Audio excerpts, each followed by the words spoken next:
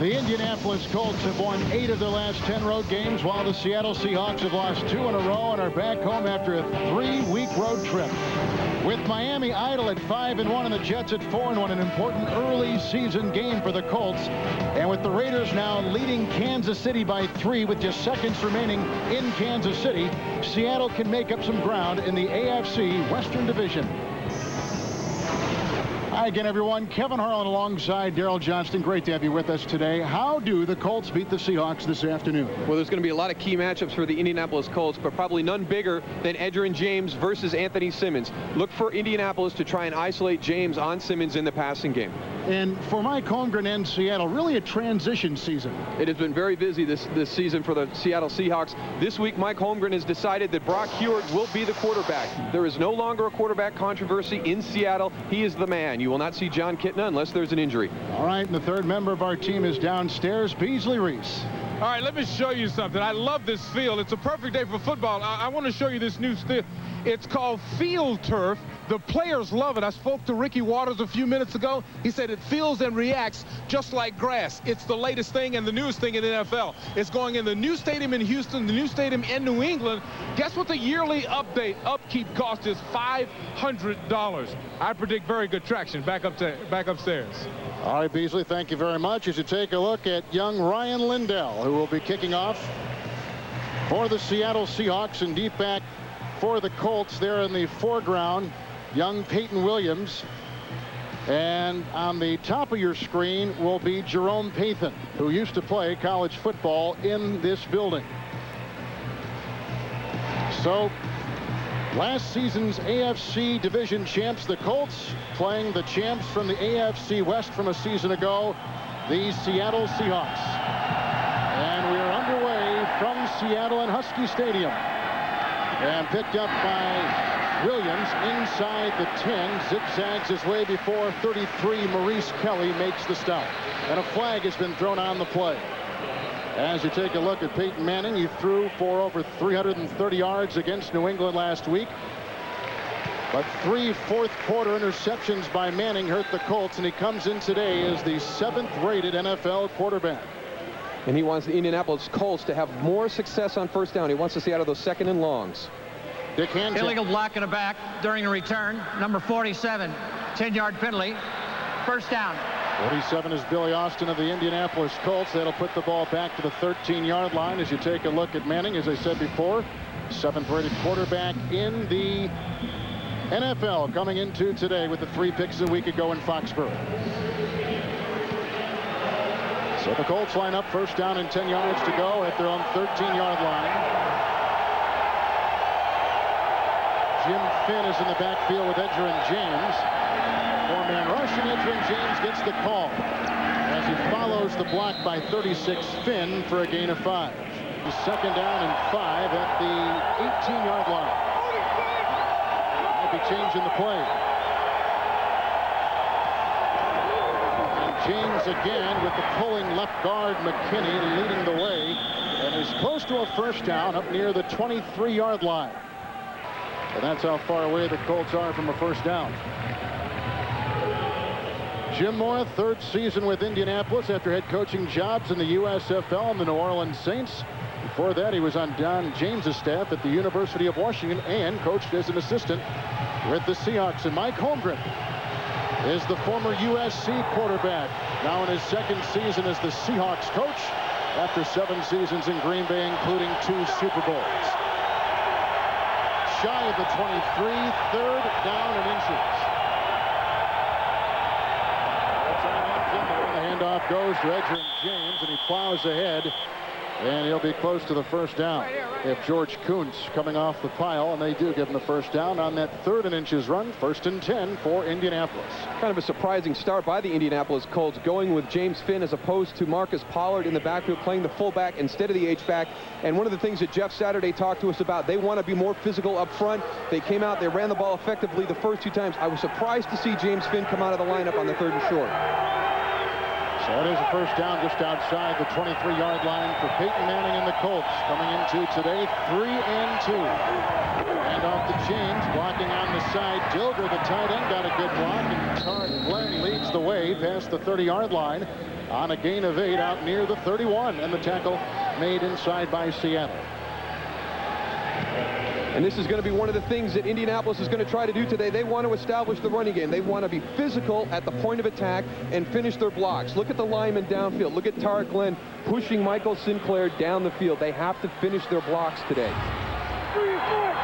James has carried it 4 consecutive times. 2nd down and 2 at the 31-yard line on the opening drive of the game.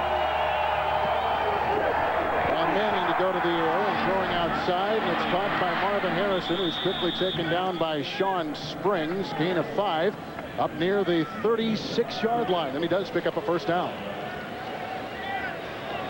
And Marvin Harrison's going to be right here isolated on Sean Springs. What they like to do is send somebody by and clear out the area. Marvin comes back inside, makes the catch, and that's when he becomes dangerous.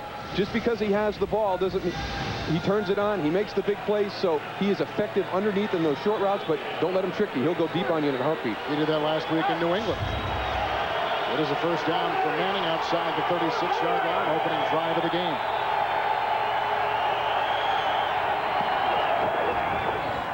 Fake handoff, and a good fake it is. A seductive fake by Manning downfield, and he's got the receiver caught by Harrison, spinning at the Seattle 25, and it's a gain of 38 as Harrison got 3. A flag has been thrown across the way at the 48-yard line. And this is what the Indianapolis Colts can do to a defense. Illegal contact. Defense, number 27. Penalty decline. 1st down. And that's Willie Williams. Big catch by Harrison, who picked 13 catches last week. They have so many weapons and so many ways to beat you. You can see Marvin Harrison. He's selling the run fake, and then he's got that little double move to get into the middle of the field, into that seam. But that play was set up by the effective running on the first 4 plays of this football game. When Edgerrin James is running the ball effectively, Marvin Harrison becomes a more deadly weapon down the field. Something the Colts have not had over the last couple weeks. On the Seahawk 26. Here comes the blitz. It's by Bellamy, and he got a hand on James, who spins away. Gets a block from Tilger, and a block from Wilkins, and then forced out of bounds. Touchdown! He got in over the pylon. Edgerrin James, 26-yard touchdown run. We talked to Jim Mora. We asked him what the problem was with the running game. He said it was everybody. He said it wasn't just the offensive line. He wanted Edgerrin James to be more disciplined, to run harder. He wanted the receivers to block downfield. You'll see the blitz coming in right here. Watch the missed tackle right there. Jay Bellamy has him for a loss. Great effort by Edgerrin James to bounce outside. Look at Terrence Wilkins downfield blocking. Takes out 2 defenders. That is everything that Jim Mora asked them to do. Block downfield, run hard, and finish your blocks. So Edgerrin James picks up his 4th touchdown run of the season. Mike Vanderjagt with the extra point. And just like that, on the game's opening drive, the Indianapolis Colts march downfield with last year's NFL leading rusher, Edgerrin James, punching it in. Not had a 100-yard game since the opening weekend at Kansas City, but on that drive, 5 carries and 44 yards. A 26-yard touchdown gallop. And it's 7-0 Indianapolis with Danny Kite kicking off for the Colts. A little bit short, 15-yard line, picked up by Charlie Rogers as a seam. He has Kite to beat, and Kite slowed him down just enough so that Tony Blevins could bring him down after a 37-yard kickoff return. And let's check in downstairs with Beasley Reese. Thanks a lot, guys. The Indianapolis Colts are 10-1 when Edgerrin James rushes for 100 yards. When he does not, they are 6-5. So, Moose, you're going to love this day. You're exactly right. They're going to feature the run. Also, for Seattle, Ricky Waters is going to have a big day when it comes to being fed the football. This is going to be a running day. Moose, you're going to love it. Back upstairs. This is going to be a day where the offensive and defensive lines are going to be the keys of the success for both teams. Brock Heward from the 47-yard line of the Colts. 1st down and 10 yards to go for the 2nd-year quarterback. Fires a pass caught by Sean Dawkins. He's chased by Macklin. He got a good downfield block from the rookie Jackson. He takes it inside the 5. A flag has been thrown at the 15-yard line. It's a gain of 43 yards as it stands right now. Dawkins played for the Colts in the mid-90s after being a #1 pick out of Cal. The Indianapolis Colts go on a great drive. They give up a big kickoff return, and on the first play of the game, they give up a big play. It's just a simple crossing route across the middle of the field. Sean Dawkins breaking away from people, and there's some more good downfield blocking by Darrell Jackson. To turn short plays into big plays, you've got to have your receivers downfield blocking. But they've just thrown a penalty flag with the hold on the Colts, and rather on the Seattle Seahawks, and instead of being at the 5, they are pushed back to the 25-yard line. Nonetheless, with the big kickoff return and the catch by Dawkins, it's Seattle first down and 10 inside the 25-yard line of Indianapolis.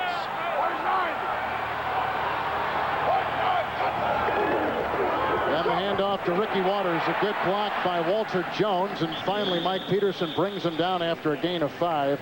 Jones sealed the side. 24-year-old Brock Hewitt, a Seattle native who played his college football in this stadium, makes his second career NFL start today. And he was very efficient last week, but he's got to be a little bit better than that. He's got to give them an edge at the quarterback position. John Kitna came into the season as the starter. This kid began at training camp on the number 3 slot in back of Glenn Foley. Foley was gone. This kid moved up to number 2. Second down and 5. Some good blocking. And here comes Hewitt. He's got to get inside the 15. And Brock Hewitt gets a first down, scrambling to the 14-yard line. And so they'll bring the chains out to see how far he is away, and about 6 links of the chain. And this is an area that the Seattle Seahawks have really struggled in. Last week, or actually over the last 2 games, they are 0 for 7 in 3rd and short situations, 3rd and 3 or less. This is really just a mentality. I mean, everybody knows what you're going to do on the defensive side of the ball. Unless you're going to throw some trickery with a play action, you're going to come out and play some smash mouth football. So this becomes an attitude play. And this is where Seattle has to take charge and decide that, hey, we're going to be efficient in these situations, and they have not done that the last 2 weeks. Seattle didn't have a 3rd down conversion last week, 3rd and inches. And the handoff goes to rookie Sean Alexander, picking up the first down and chugging inside the 10. Tackled by Hollier. It's a gain of 6. It's 1st and goal at the 10. The pitch out to Alexander. Some pulling by the guards, and he's inside the 10, near the 9, on a gain of 1. This is their first-round pick out of Alabama, and the all-time leading rusher for the Crimson Tide, Sean Alexander. And as Beasley said, this is going to be a very physical football game on both sides of the ball. Both teams trying to come out and establish the run very early. You've seen some 3rd and short situation. Max Strong with an outstanding block on Chad Brown to convert a couple plays ago. This is going to be a very physical football game this afternoon. 2nd down goal inside the 10. Hewitt with time fires a pass incomplete. He was looking for wide receiver Karsten Bailey, who has only caught a couple passes, and with Derek Mays out today with a bad hand, Bailey will be seeing more time, and the coverage was applied by rookie David Macklin. You see Karsten Bailey out on the wide side of your screen right here, and you talked about Derek Mays last week. He hurt his finger on the throw from Brock Hewitt because of the speed of the ball. Watch as that ball comes through. You couldn't get a chance to see it. He has got a very strong arm. 3rd and goal at the Colt 9. First time the Seahawks have had it today. Good blocking, the pass caught inside by the tight end Neely, and then he is grabbed by Peterson after a gain of 6. And they're going to try for 3, so the Colts defense holds them to a 3-point try on 4th and goal, much to the chagrin of Seattle coach Mike Holmgren. And that's a much better start for the Indianapolis defense than last week. Although they let him get down to this point in the field for a field goal attempt, last week they struggled in the red zone, allowed New England to score touchdowns. 71. Ryan Lindell, who takes the place of Chris Hebner, who took the place of Todd Peterson, will be trying a 21-yard field goal. He is 2 of 2 since joining the team a couple weeks ago. And that is no good. He pushes it wide right. Field goal attempt is no good. On a 21-yard try, and Holmgren and the Seahawks come up empty-handed. And that's not the thing you want to do as a kicker when you've already had 2 guys exit before you. Well, the snap and the hold were good. Fiegels with the hold, and Lindell, who is a rookie from Washington State, missing a chip shot. After the missed field goal at 21 yards, they put the ball back out to the 20, so it's 1st and 10 for the Indianapolis Colts. Sinclair had the drive from the side off the defensive line, but the pass is complete for 18 yards to tight end Ken Dilger.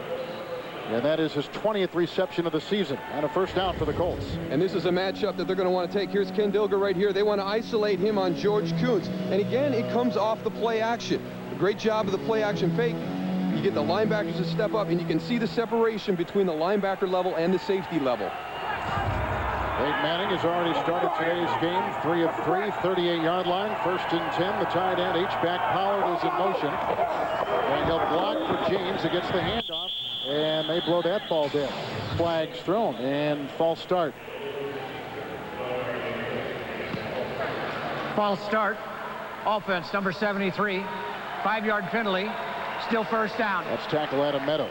He's a guy that was battling pneumonia all last week. You can see right here, just a little bit off to the start. You're playing in an opposing stadium. The crowd can get in. You'll see the tackles and the tight ends jump a little bit because it is hard for them to hear when they get on the outside. Colts are ending a 3-game road trip. They lose last week at New England, 24-16. Drives that led to field goals, not touchdowns, the main culprit last week. So it's 1st and 15 yards to go outside of the 33. And throwing a dart, Manning hits Marvin Harrison, his wide receiver, up near the 39-yard line. Anthony Simmons got him around the shoestrings and tripped him up. Last week against the New England Patriots, the Indianapolis Colts did a great job of controlling the ball, but they didn't come away with touchdowns. They were kicking field goals. You can see this drive here, 22 plays, over 10 minutes, another 14 plays, 77-yard drive. They ran 36 out of 37 plays and found themselves behind 7-6. After 1st and 15, it's 2nd down and 10 up at the 38. Hand off to James, running outside, chased by Riddick Parker and wrapped up and brought down on the play near the 40-yard line after a meager gain of 2 yards. And Chad Brown blitzing from the outside to the left of Edgerrin James forced him back to the right side. And that's an area that I think that the Seattle Seahawks need to use more. They need to bring Chad Brown in their standard packages. He gets to rush in the nickel situation, but he's going against an offensive tackle. They need to isolate him on running backs, get him involved in the blitz package against some of these backs in protection. Shy of the 40, it's 3rd down, 8 yards to go with 4 receivers deployed. Colts lead on a James touchdown run. Good time, good block by Glenn. Throws a pass caught by Pathan. Jerome Pathan at the 47-yard line picks up 13 yards on 3rd down and 8. Pathan used to play his college ball on this field and in this stadium. So you got a couple of guys playing here today, Brock Hewitt and Jerome Pathan, that are very excited to be back. This is a very familiar environment, especially for Jerome being from Indianapolis. So it's got to be a lot of fun for them to come back from. You'll see him right here in the slot. Right here, he's going to come up. They do a great job of packaging their routes. You'll see him come in. He's going to fake the stick move to the inside, and he finds that little dead area. 47-yard line, 2nd drive of the game by the Colts, 1st and 10. Hand off to James, got a nice block from Larry Moore, then is hit by Sean Springs and staggers ahead to the 39-yard line on a gain of 8. As you see, some interesting scores. The Oakland Raiders beating Kansas City as they did last year in the season finale. It's the 4th game this season that the Raiders have come from behind in the second half and won a game. And Kansas City had won 3 consecutive games going into today. It's 2nd down and 2 inside the Seahawks 40-yard line. Pollard is on the move. James gets the call. He got a block from the tackle Meadows and picks up 4 yards on the play before Chad Brown, the linebacker, wraps him up. And one of the things that Jim Mora talked about is they really don't have a running play that they feel they can really hang their hat on. You've seen trying a lot of different personnel groups, a lot of different formations, and also a lot of different running plays. We've seen Jim Finn in the backfield. We've seen Marcus Pollard in the backfield. They're trying to run right at you, and then they're also trying to run that stretch play to get the defensive front flowing. Jim Mora is searching for that one running play that he feels real confident in. And a lot more balance in the run and pass game, which he did not have last week. 35-yard line, 1st and 10. Three receivers, the fake to James. Great time for Manning. Now he's being chased by Hilliard, who gets a block on the play from Tilger. Now here comes another lineman, Lamar King, and finally, with a great play by the secondary of the Seattle Seahawks, an incomplete pass thrown by Manning. Lamar King almost had him, but he had all day to throw the ball.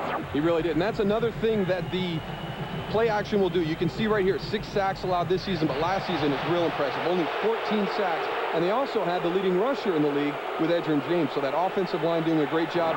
But the play action pass, not only does it open the lanes up, but it also gives you a lot of time. And I think the fans here at Husky Stadium think that Ken Dilger might have gotten away with a little bump in the back. What do you think? I agree with him on that one. Second down, 10, 8th play of the drive at the 35-yard line of the Seattle Seahawks. Shotgun snap. Good block inside, springs James free near the 30-yard line on a gain of about 6 on the play. Kerry Joseph comes up from the secondary with the stop. One of the things that really separates the top running backs in the league is their vision. And you can see Edgerrin James on this play right here. He's going to be going into the left side of the line. There's really nothing there for him, but you can see the vision. You can see the strength that he has. I think he's also a sneaky strong guy. I don't think you think he's as physical as he is, but when these guys come up to hit him, he's bringing a lot of wood back to them. Last week, the Colts passed more than twice as much as they ran. Not today. Third down, 4 from the 30-yard line. Blocked by Glenn. Time for Manning. Fires a pass, which deflects off the fingertips of Kerry Joseph. It's incomplete, and the flag is down at about the 13-yard line downfield. Joseph, a former college quarterback at McNeese State. And it's a hold and another penalty against the Seattle Seahawks. They had 12 of them last week in Carolina. Holding. Defense, number 25. 5-yard penalty. First down. And not only are they having penalties, but they're having penalties at very critical times. The defense makes a stop right there, but with the holding, this is an automatic first down. Last week, it was the offensive side of the ball with some pre-snap penalties and some 3rd and shorts that really took the momentum away from the offense. So not only is it the penalties, but it's also at the time and the position of the game that they're having these penalties. And that one came at a very inopportune time for Seattle. It was 3rd down and an incomplete pass by Manning. Now it's first down from the Seahawk 25. Hand off to James. Good block by Dilger. Got another block downfield by his wide receiver, Marvin Harrison, and picks up 9. You don't talk about wide receivers blocking all that much, but in this offense, that is key for James. And if you want to turn the 5, 6, and 7-yard running plays into some big plays that are momentum chasers during the course of the game, that's what you got to have. You'll see Marvin Harrison right here. He's right into Sean Springs. And what he does is he gives Edgerrin James an opportunity to get downfield without being hit. He's not going to be hit until Jay Bellamy comes all the way across from that free safety position. Near the 16, 2nd down and 1. Second drive of the game. Changing the play again. Hand off to James, breaks a tackle from Brown, picks up the first down as he pierces the 12 and takes it near the 11-yard line. And James, a spectacular first quarter, 11 carries and 78 yards. And as you pointed out, Peyton Manning going with the audible. This is the second time we have seen him change the play at the line of scrimmage, and both times it has been a running play to Edgerrin James. So they are seeing something where they feel it's more an advantage for them to run the football in these situations than to throw the football. 1st and 10 at the Seahawk 11.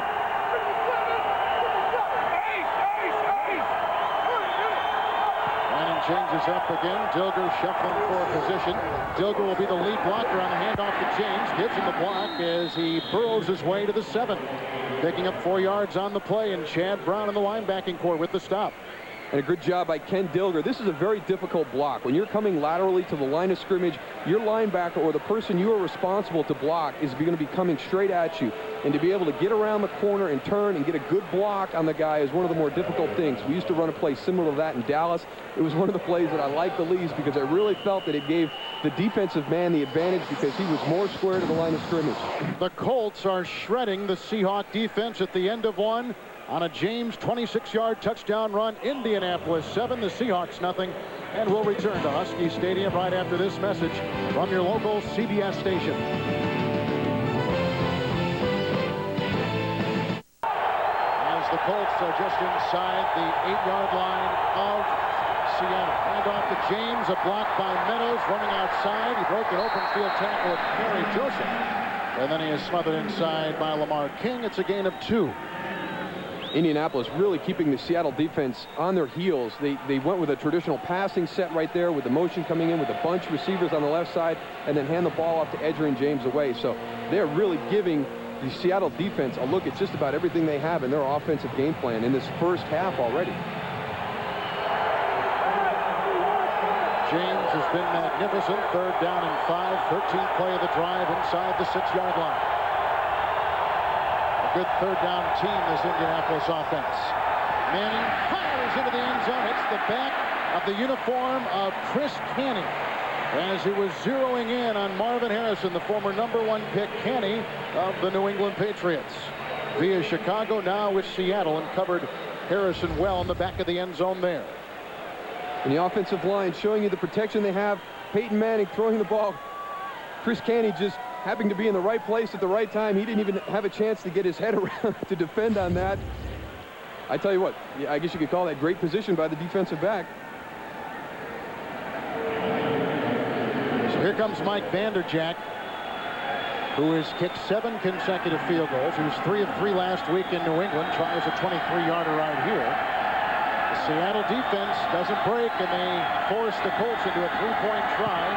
And the hold by the punter, Hunter Smith, with Vanderjagt putting it up and in. A couple weeks ago, he knocked in the game winner at Buffalo, which gave the Colts an 18-16 road win.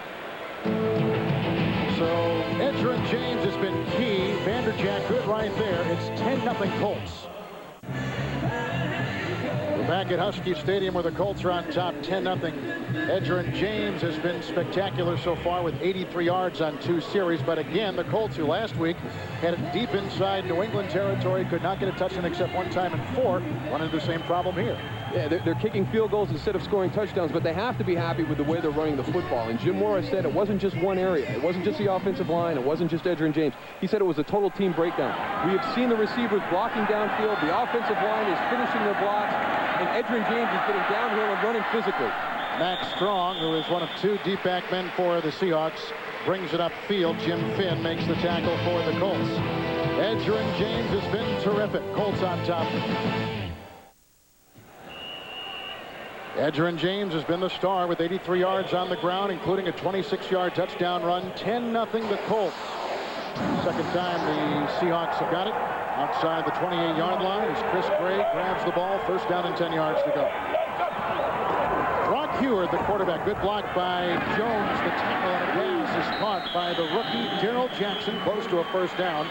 He was guarded by Belzer, and they spot the ball near the 38-yard line. And both teams mimicking each other. Here's Darrell Jackson in the slot right there. He's just running up, but you have to remember they ran play action in the field. That keeps the defender off of him a little bit.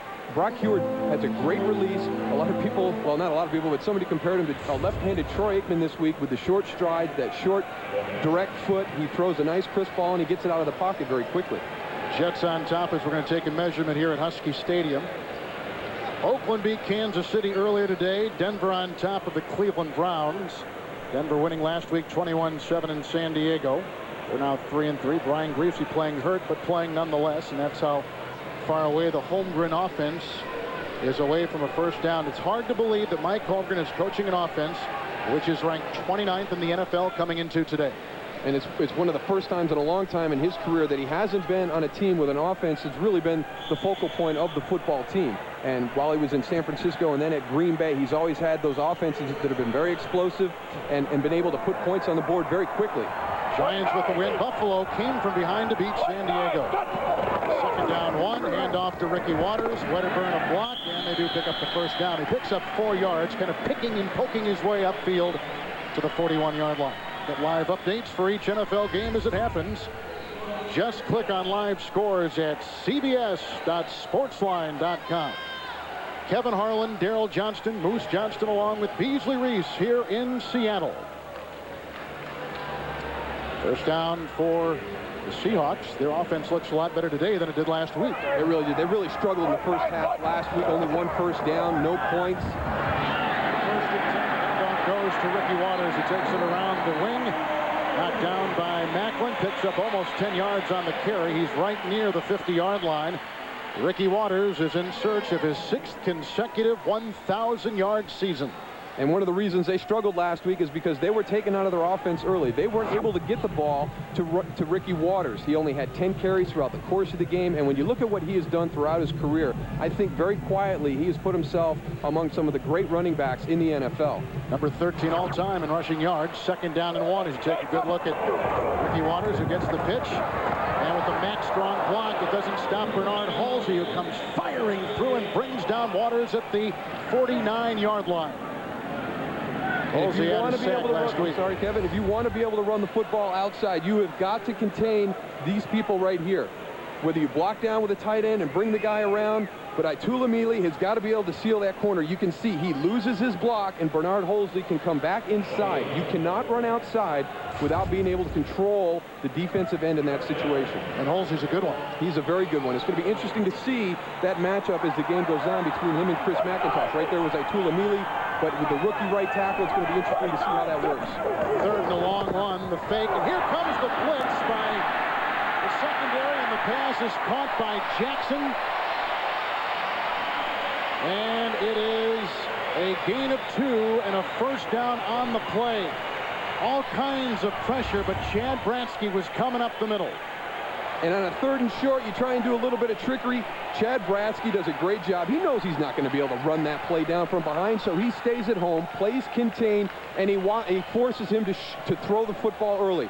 And then you can see right here at the end of the play, a little bit of sportsmanship between the two guys. Hey, nice job. You did your job. I did mine. Good play by Heward. The 48, 1st and 10. Heward going deep, looking down the sideline, looking for Dawkins. Caught!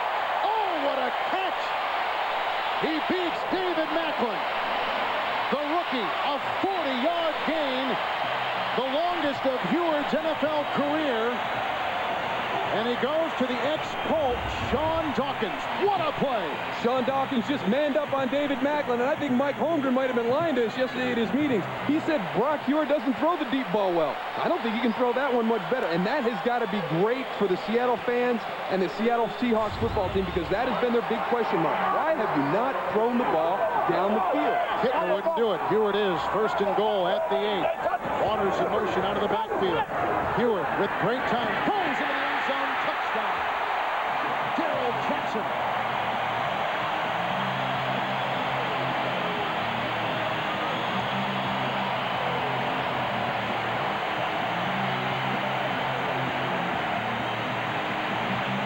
Brock Heward has just thrown his first career NFL touchdown pass. And Daryl Jackson catches his 3rd in his rookie campaign. Brock Heward just on a drop back pass right here. Daryl Jackson coming across from his right. He's got Jason Belzer on him. We talked about this being a game of matchups right there. You do not want your free safety on what I consider to be probably their best wide receiver. So that was a mismatch. Brock Heward found it. He delivered the ball for the touchdown. Wendell's extra point is up and in. Heward has closed the gap on the Colts. Good-looking drive orchestrated by Brock Heward. A 40-yard pass on that drive to Sean Dawkins. A 8-yard touchdown pass to that man, that rookie wide receiver, Daryl Jackson. It is 10-7. The ensuing kickoff picked up by Pathan on the fly. And then Kerry Joseph takes off his head at about the 43-yard line. 27-yard return. The first touchdown pass of his young career. It's 10-7 Colts. The Colts lead the Seahawks 10-7. That was a great drive by the Seahawks, but their main problem is in their defensive line. Indianapolis's offensive line is giving Peyton Manning time to throw. They've got time to run, and really, Peyton had time to scramble around a lot in the last drive back upstairs.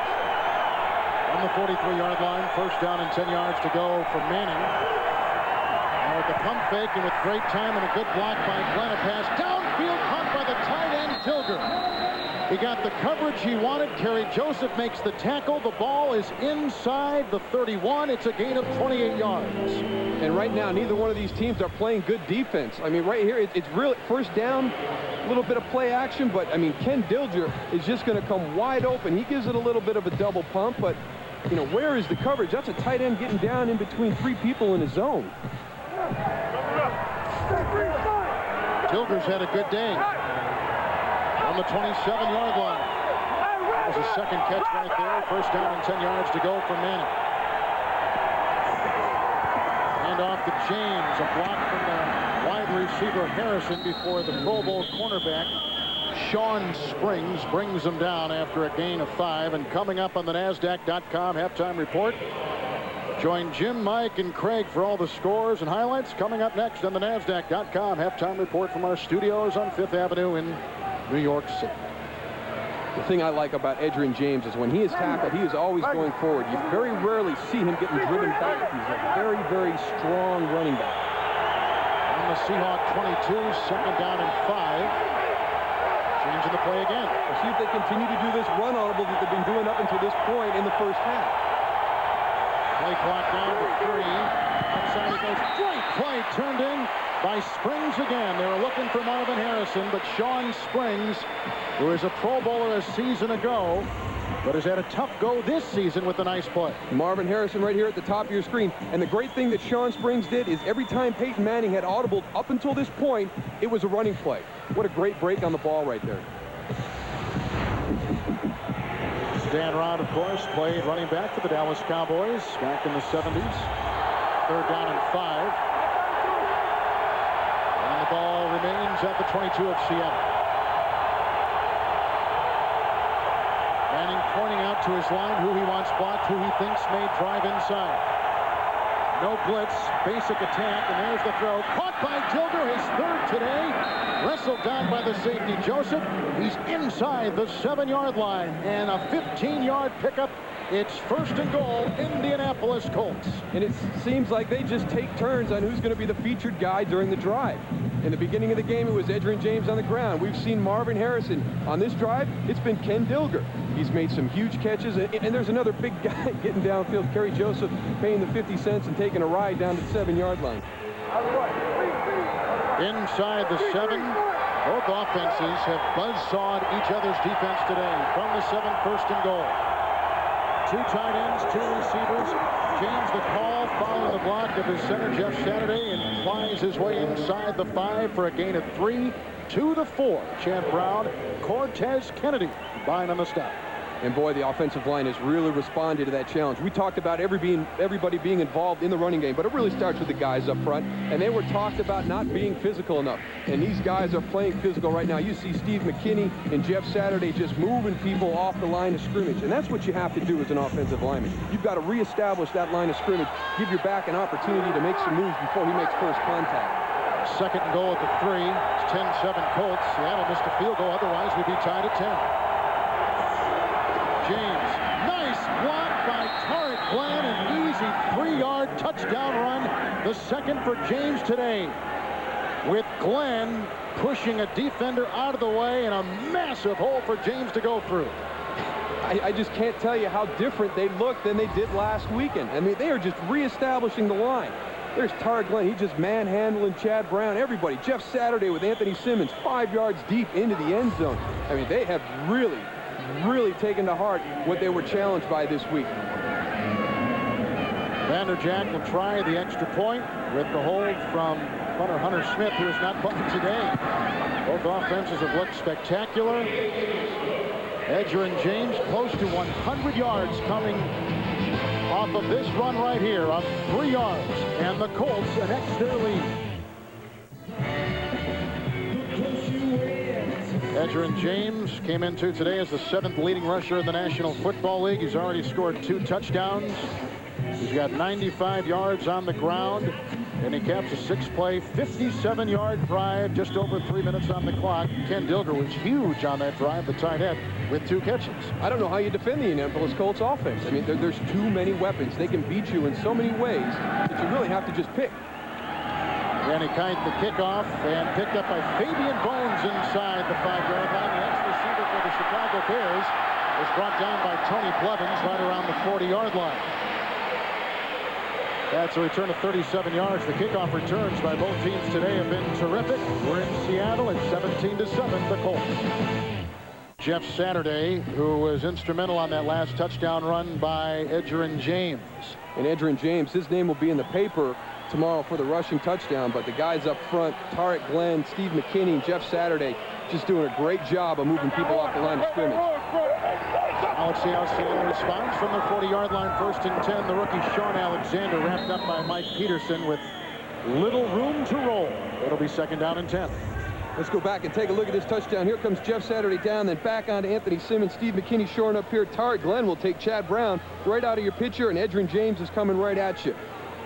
Jeff Saturday, just a great job, and here comes Edgerrin James right through that hole. What a nice job by those three working in conjunction together. He's just a first-year starter, 2nd-year player out of North Carolina. 2nd down and 10 yards to go for Heward at his 41. The pitch out to Alexander. He gets a block from Jones, and he's forced out of bounds by rookie cornerback David Macklin.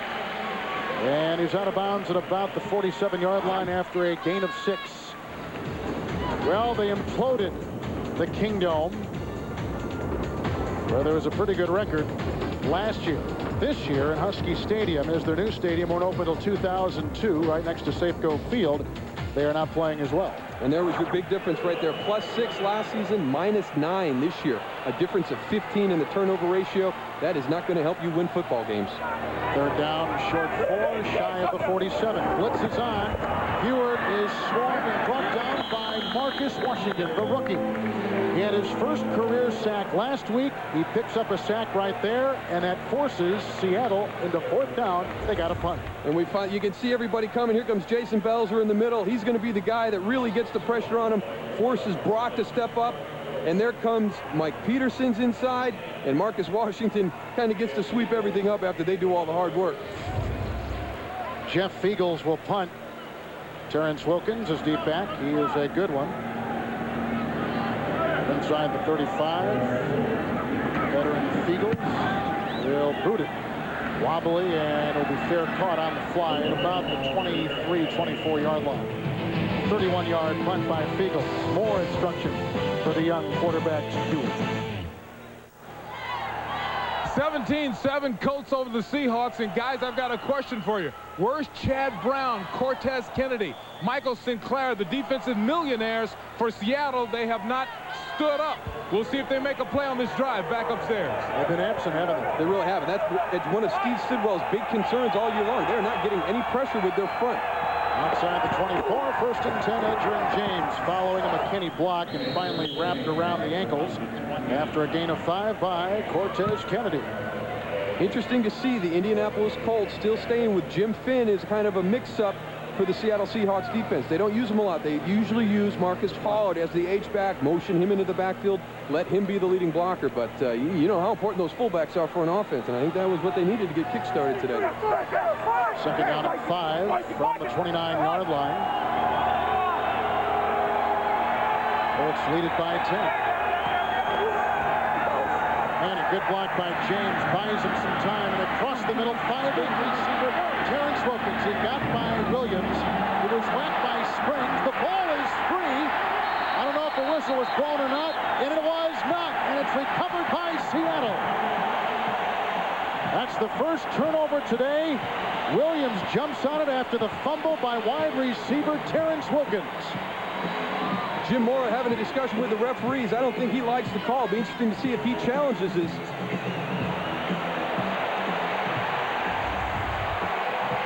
Peyton Manning delivers underneath to Terrence Wilkins.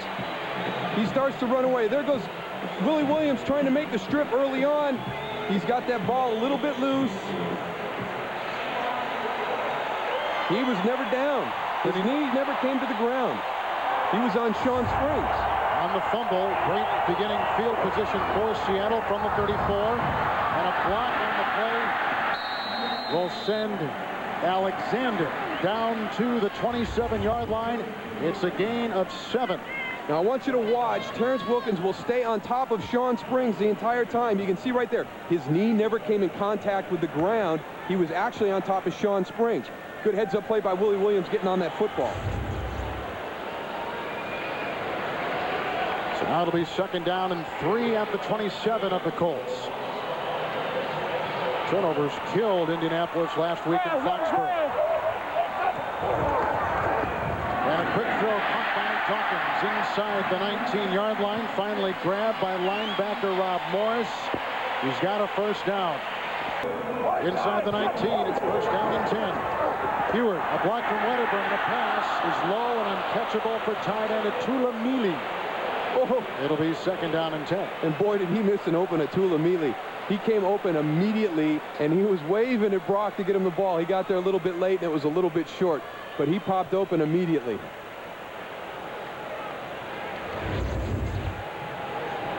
You can see the ball coming right there. He's been waiting for that for about 3 seconds, and it comes up a little bit short at the end. Oh, his eyes must have been the size of saucers. Seattle today again operating with the rookie right tackle. 2nd down and 10 yards to go. The good numbers on Heward inside the 19 of Indianapolis. Heward throws a pass, and it's caught by running back Ricky Waters. Ushered out of bounds by Cornelius Bennett. He is near the 9 and close to a Seattle 1st down. And one of the interesting things that we found out about Seattle is they change their their red zone package every week. They'll come in and really tinker with the red zone, with their 3rd down packages, really do a lot of different things, which you would think would affect them right here. Ricky Waters matched up against Cornelius Bennett. We talked at the top. This is going to be a game of matchups, and you'd love to get a running back like Ricky Waters in man coverage against the linebacker. Waters does pick up the 1st down. 1st and goal at the 8-yard line of the Colts for young Brock Heward. Hand off to Waters. Trying to pick his way inside. Not a whole lot of room there. Picking up a meager yard on the play before Chad Cota, the safety, who hits like a linebacker, came in and delivered the blow. He's a very physical secondary player. He'll come up and put a lot of hit on you. But the play right there made by Rob Morris, the young linebacker, finally getting a little bit of action today. He stuffed Mack Brown in the hole. Winding our way down to the 2-minute warning here in the 1st half, and the Seahawks will take it there. Both teams with 3 timeouts. Edgerrin James has scored 2 touchdowns on the ground for the Colts. Seattle scored on an 8-yard touchdown pass by Heward. With a goal-to-go situation at the 7 because Terrence Wilkins on a reception from Peyton Manning fumbled the ball. And Mike Holmgren has talked to his football team about creating turnovers. They haven't gotten a lot of short fields. They've been forced to drive the length of the field to get their points. This time, they get the ball 1st and 10 at the Indianapolis 34. That's what he wants to see his defense do a lot more of. 2nd down and goal at the 7 for Brock Heward. Seattle native outside the 7-yard line of the Colts. Here comes the rush, and the pass is caught for a touchdown by tight end Tulamili. And Heward throws his 2nd touchdown of the day.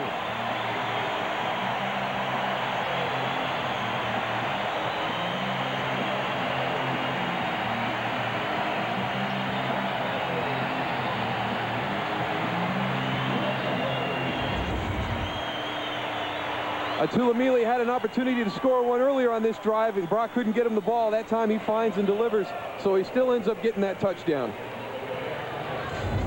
2nd touchdown pass today by the 29th ranked offense in the NFL. Ryan Lindell gets it up and in, and so Seattle cashes in on the Indianapolis fumble. They exploit it. 17-14 Colts.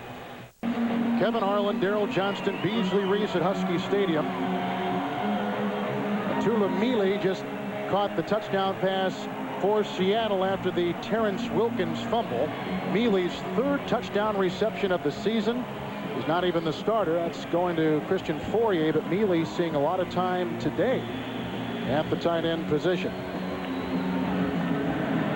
Peyton Williams and Jerome Pethan are deep back and awaiting the kickoff. And this will be grabbed by the rookie Peyton Williams, running up the middle, then grabbed by Reggie Tongue and James Logan, 56. What can the Colts do with 1:51 to play in the half and 3 timeouts in their pocket? Well, they executed against the Buffalo Bills to win a game 2 weeks ago, but looked very poor in the hurry-up situations last week against New England, trying to get back into that football game. Shy of the 29, 1st and 10, handoff goes to James. Massive hole, and finally brought down in the secondary by Tongue and by the linebacker Simmons. After a gain of 14, he's well over 100 yards rushing today. And I know this sounds very obvious, but the key to a successful 2-minute situation is getting that 1st down and getting some momentum. Shy of the 44, 1st and 10 for Manning. Fires again, caught by Dilger, his 4th reception on the day. He is tackled by Joseph and Springs. It's a gain of 8, setting up 2nd down and 2. And again, Manning has all 3 of his timeouts remaining. Inside the Seattle 48. Second down and 1. James running outside. A good block by Harrison. Finally tackled after getting the first down inside the 45 by Chad Brown. And a timeout, the first taken by the Colts. And I just like the composure that Peyton Manning has in this situation. That's why I was very surprised last week when they were trying to get back into that New England game that they kind of lost their composure a little bit. I think that they got frustrated by the New England defense, which you can see on this drive right here that he has complete control of this offensive unit. He's directing people around. He's going to his different plays. He's been very impressive. Monday on CBS begins with an all-new King of Queens, followed by Yesteryear, Everybody Loves Raymond, Becker, and Family Law.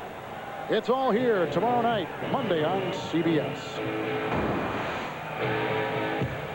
Manning trying to shake off the effects of a tough week last week. His offense has only coughed it up once today, but he threw 3 fourth-quarter touchdowns against the Bill Belichick defense of New England a week ago. Inside the 45, it's a 1st and 10 for Peyton Manning. He has deployed 3 wide receivers. Down at the line of scrimmage by Lamar King on a quick slant intended for Terrence Wilkins. King, Mike Holmgren told us yesterday, his very best defensive lineman. And that's a pretty big statement when you talk about guys like Cortez Kennedy and Michael Sinclair. He's going to be right down here in the bottom of your screen, but what you're going to see is everybody coming up into the middle right here, bringing pressure in the 2-minute situation. He knows he's not going to get there. He stops and jumps up right in the throwing lane. Very heads-up play by Lamar King. Last year's #1 pick by Holmgren. Second down and 10 inside the 45. 4 receivers this time. Good block by Dilger. The pass outside, incomplete. Whistles out of the reach of Marvin Harrison. Coverage applied by Sean Springs. And now with a minute to play and 2 timeouts remaining for the Colts, and Seattle with all 3, it'll be 3rd and 10 upcoming. And as efficient as they looked on the first few plays of this 2-minute drive, they have looked very out of sync the last couple. They've left themselves in a 3rd and 10 situation. There's a minute left on the clock. It'll be interesting to see if they don't convert here. Will Mike Holmgren go ahead and see if he can get Brock Hewitt involved in the same situation? 8 down conversions today for the Colts. 3rd down and 10 inside the Seattle 45. Shotgun snap, plenty of time. The throw is caught. Reeled in, spectacular catch made by Harrison. He picks up 21 yards. He's down to the 20-yard line of Seattle. A big catch on 3rd down and 10. And how frustrating is this for Steve Sidwell? He elects to go with just a 3-man pass rush, drop 8 guys back into coverage. You don't get the pressure on the quarterback, but you're hoping that they got everybody covered in the secondary. You'll see right here, they look like they're going to blitz with 51 and 28, but they back out. They're rushing 4 guys. They've got 7 guys back in coverage. Marvin Harrison finds that spot down the seam. Peyton Manning with an excellent throw into a tight area. Colts took another timeout, so they have 1 remaining. Harrison had 13 catches last week. He's got 4 today. He came in as the #4 wide receiver in terms of receptions in the NFL. And again, I will keep going back and talking about this, but they have got so many weapons on this Indianapolis offense. I really don't know which guy to defend. You pointed out, you can't double everybody out there on the football field. 20-yard line with 52 seconds to play in the first half. First down and 10. Simmons looks like he may blitz. Now he backs up a bit. The fake to James, a great fake it is, into the end zone, high and incomplete for Marvin Harrison. He had Springs on one side, Bellamy on the other, a thicket of Seattle defenders. Incomplete pass. Marvin Harrison right here as he goes down the field. The one thing about this, you're only on the 21-yard line. You're going out for a long play action fake. I don't think they had enough room to throw that play. I think they needed to be back more on the 30-yard line to try and get that pass completed in bounds. These are 2 guys that play catch basically every day of the year. I mean, even in the offseason, the cold of winter. Their offseason work habits to me, are second to none as a football team. You hear the stories, you read about them. They don't only work hard in season, but they work hard out of season. Second down 10 from the 20. Manning with the rush coming on from Brown is brought down. Chad Brown got one side, Sinclair got the other, and they combine on the tackle of Peyton Manning with the loss back to the 21. It is a sack. Now 3rd and 11. Clock is ticking down, 35 seconds. Colts have a timeout. High snap by Saturday. Manning wobbly throw to the end zone, incomplete for Terrence Wilkins. Covered by Willie Williams.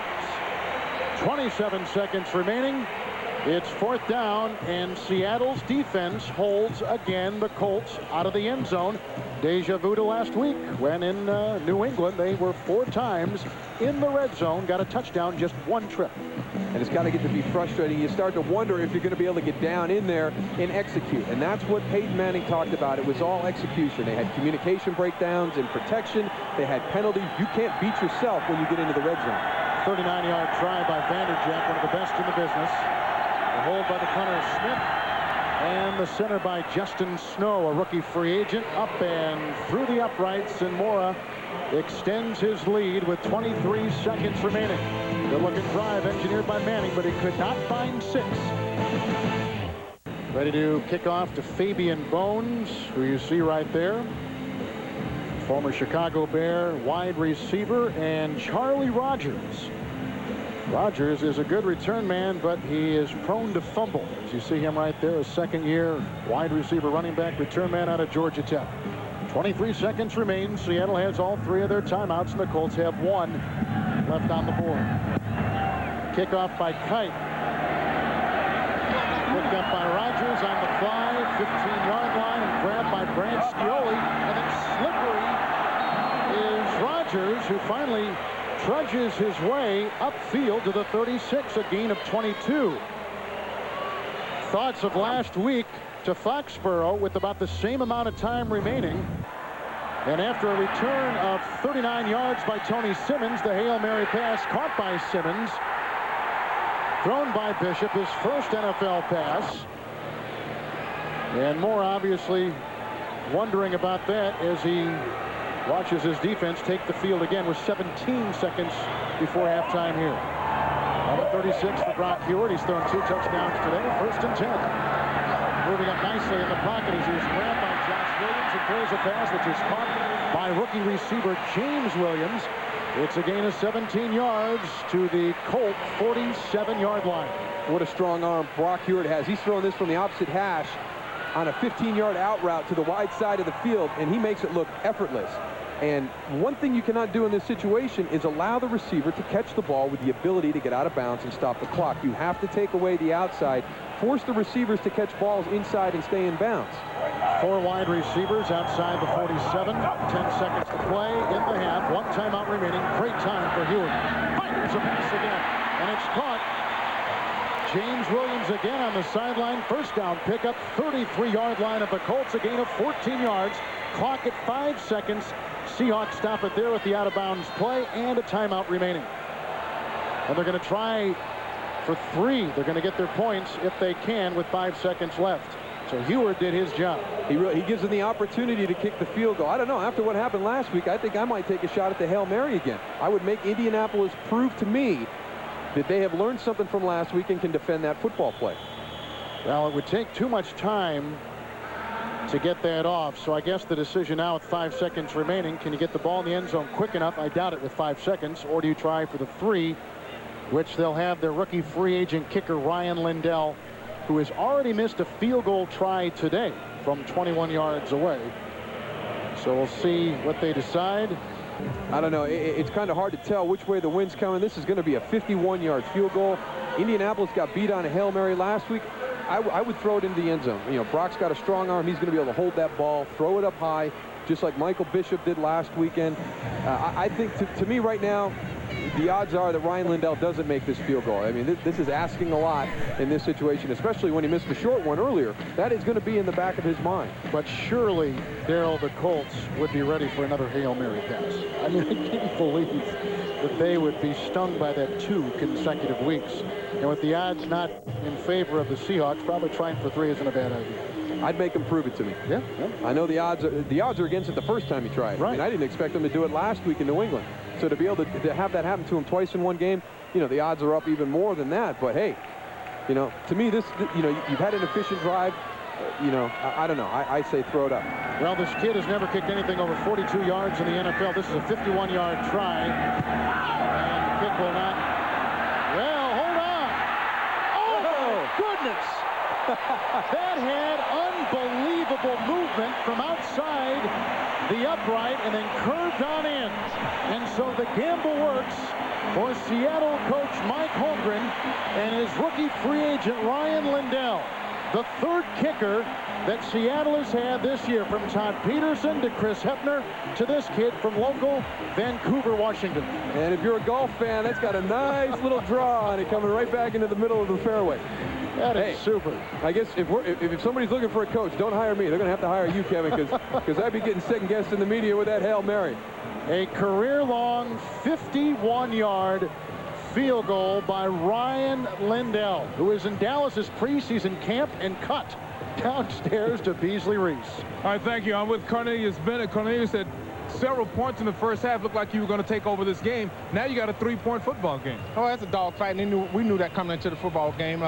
We've been struggling a little bit, and hopefully we can go in at halftime and correct things. Now, what kind of things do you think you need to correct defensively? Well, I see we've made a few mental mistakes on stunts, and I thought our coverage been pretty good. He threw that one long bomb early on to Sean Dawkins. It was a great play by them, but we just got to tighten up the notches here. All right, thank you for stopping.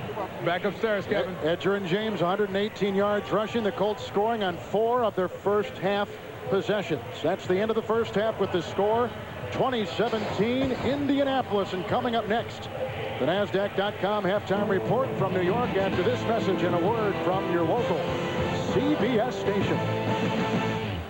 Thank you very much. And through 30 minutes of football, here are some of our numbers.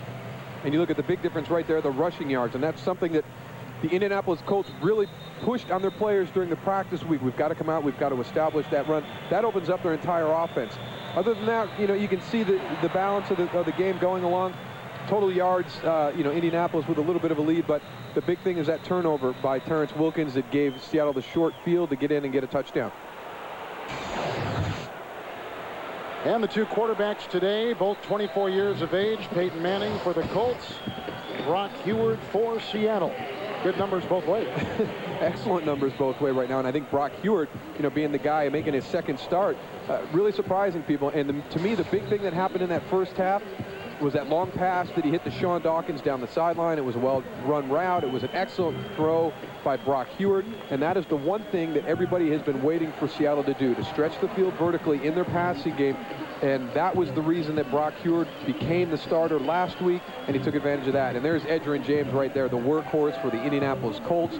An unbelievable job running the football. I'm still waiting for him to get involved in the passing game. I still want to see Indianapolis break their formation, empty the backfield, and create that mismatch with Edgerrin James catching the ball coming off the slot or coming from out wide. It's an important game for the Indianapolis Colts. Miami is idle at 5-1. The Jets are 4-1, but winning by 14 points in Foxborough. An important early season game for the Colts. Danny Kite will kick it off. And Charlie Rogers will take it 2 yards deep in the end zone. Out he comes. A block by Bones. A screen for Rogers. Breaks a tackle. The punter to beat. That's Kite. It's a foot race. Rogers down the sideline, and Kite gets him from behind. Spectacular return by Charlie Rogers. 81 yards. And he gives outstanding beginning field position to the Seattle Seahawks.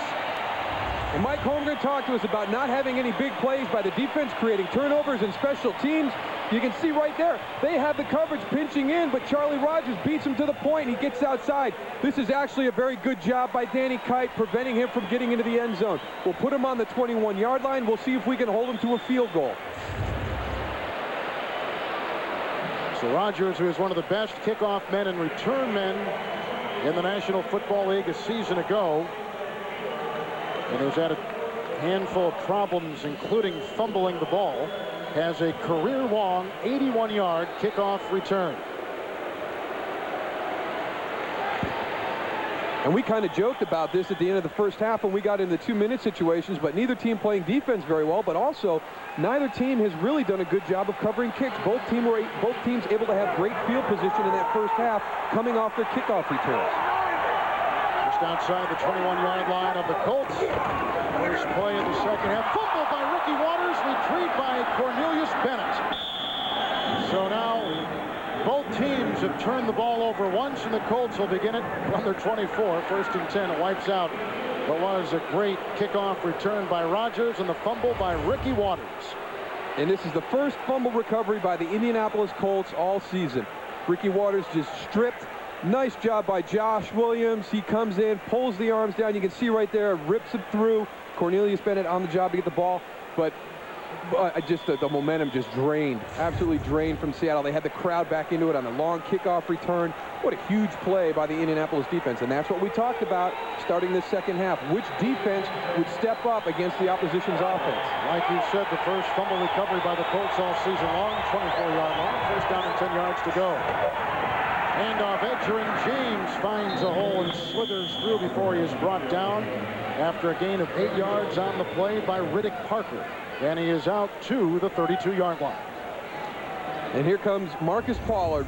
A nice job. You're going to see him. He's just right here on your screen. He's going to be your lead blocker on George Kuntz. He's the guy that gets everybody out of the way. Comes in, drops that shoulder, gets him turned. He gives Edgerrin James that clear running lane. James, 126 yards today, second down and 2 at the 32.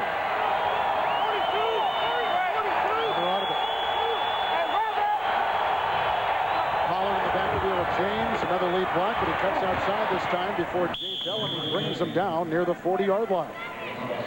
It's a gain of 6, and they'll move the chains for a first down. And we've seen Peyton Manning come up to the line of scrimmage and audible about 5 times up until this point in this football game. 4 out of those 5 audibles have been running plays, so he's seeing something in that defensive front. We've been looking at it, trying to find out what's tipping him off, but he likes to go with a run audible today as opposed to the traditional passing audible.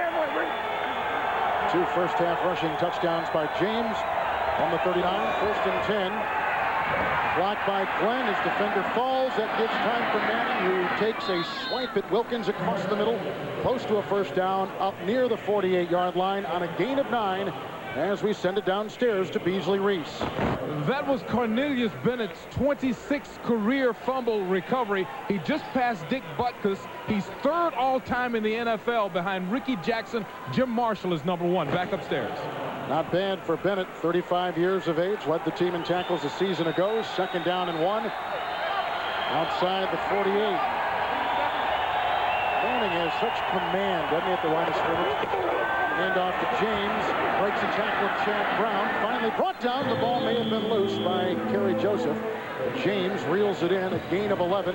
Another first down by the Indianapolis Colts. Jets on top by 14 points just into the 3rd quarter in Foxborough. Denver, no surprise there.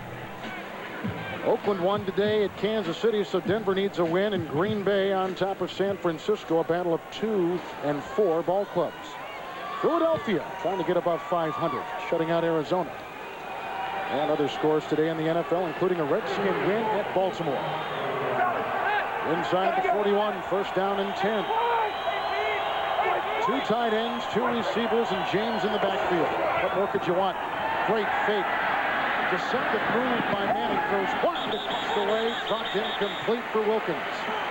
Blanket coverage on the play by Willie Williams. Wilkins drops it. It'll be second down and 10. First half possessions, not bad at all. Though they had to settle field goals here and here. And that was kind of a carryover from last week in Foxborough. And then, of course, the fumble that you had that gave the touchdown to the Seattle Seahawks. But getting that play right back at the start of this first half, getting a fumble of their own for the first time. Second down and 10 inside the 41. Pollard is on the move. James at the side of Manning in the shotgun formation. James the call.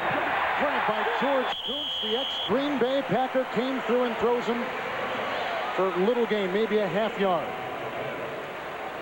And that's the first time that they've had an opportunity to get a hit on Edgerrin James in the backfield. Up until this point in the football game, the offensive line had done a very good job of reestablishing that line of scrimmage, allowing him to get downfield before anybody made contact with him. George Kuntz breaking through the line right there to take him down at the line of scrimmage. Now third down, a long 9 inside the 41-yard line near the 40. 3 wide receivers for Manning. Time for Manning going across the middle, caught by Wilkins, grabbed on the play by cornerback Sean Springs, but shy of a first down. He was tackled at the 34. He had to get inside the 31. And now what do you do if you're the Colts? This is a big decision right here because it's going to be a long field goal attempt if you elect to go that way. They have one of the best in the NFL. But, you know, really ineffective to do the punt. They're going to go for it on 4th down. They're going to elect not even to go for the field goal. Would you? I was already had the bad call at the end of the first half. I'd have been fired by now. 4th down and 3 inside the 34. Are they bringing the blitz? They've got everybody walked up. Manning is ready. The pass caught for a 1st down at the 27-yard line by Terrence Wilkins. Almost uncovered. Gain of 6 on the play on 4th and 3. It's just a great job of protection. You talked about everybody walking up into the middle. Terrence Wilkins, he's making eye contact with Peyton the entire time as he comes off the ball, trying to figure out what they're going to do. What he wanted to hitch. Great communication, eye contact by quarterback and wide receiver in a very critical 4th down situation.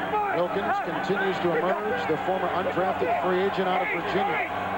9th play of the drive after the Seattle fumble at the Colt 23-yard line. That's a handoff to James, who sidesteps his way by Chad Brown, then is wrapped up by the 4th leading tackler in the NFL, Anthony Simmons. The gain is just outside the 22, a gain of 5. And Anthony Simmons really has become the playmaker on that Seattle Seahawks defense. Beasley talked about Cortez Kennedy and Michael Sinclair and Chad Brown. But up until this point in the season, it's been Anthony Simmons who's been that big leader on the defense, making all those big plays. Spotted at the 23, where it's 2nd down and 5. 2 tight ends again. The handoff to James. Great block by Dilbert. Cortez Kennedy then wraps up James at about the 17-yard line, but good for a 1st down. Dilger, the tight end after that gain of 6 by James, spun around and sealed off that side so well. And you talk about Ken Dilger and Marcus Pollard in the passing game, but both excellent blockers at the tight end position. And you can see again, watch Edgerrin at the finish of the run. He just does such a great job. He's always going forward. There's Ken Dilger right there. As you can see, he's turned the line of scrimmage. He's already sealed that end. He gives Edgerrin the opportunity to get out on the perimeter. James has a career high 156 yards rushing from the 17, 1st and 10. Manning got a block from McKinney. Throws a pass to Dilger. Touchdown, but a flag is down. A flag is down at the 18 as it stands now. A 17-yard grab in the end zone by Ken Dilger.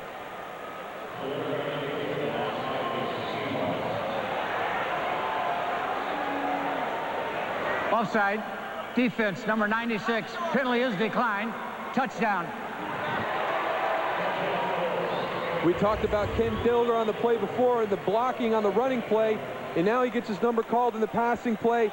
A post route. He's double covered. He's got Anthony Simmons underneath, and he's got Jay Bellamy coming over top. You'll see him come back in the middle of your screen. He does a nice job of creating separation from Anthony Simmons to give Peyton Manning that throwing lane to get that ball in, because that was double coverage. He had a man underneath and a man over top. A nice route and a great execution by Peyton Manning. So Manning throws the touchdown pass. Here's the Vanderjack extra point. Smith will have the hold. And Ken Dilger gets the touchdown reception. But go back how this half began after the big kickoff return by Seattle, then the fumble. Ricky Watters fumbled after Seattle had returned the 2nd half opening kickoff 81 yards. And then 11 plays later, Ken Dilger caught a touchdown pass of 17 yards from Peyton Manning. And the subsequent kickoff back at the 5-yard line, Charlie Rogers. And looking for a seam, and finally brought down on the play Rob Morris, who is a rookie linebacker out of BYU, then the number 1 pick.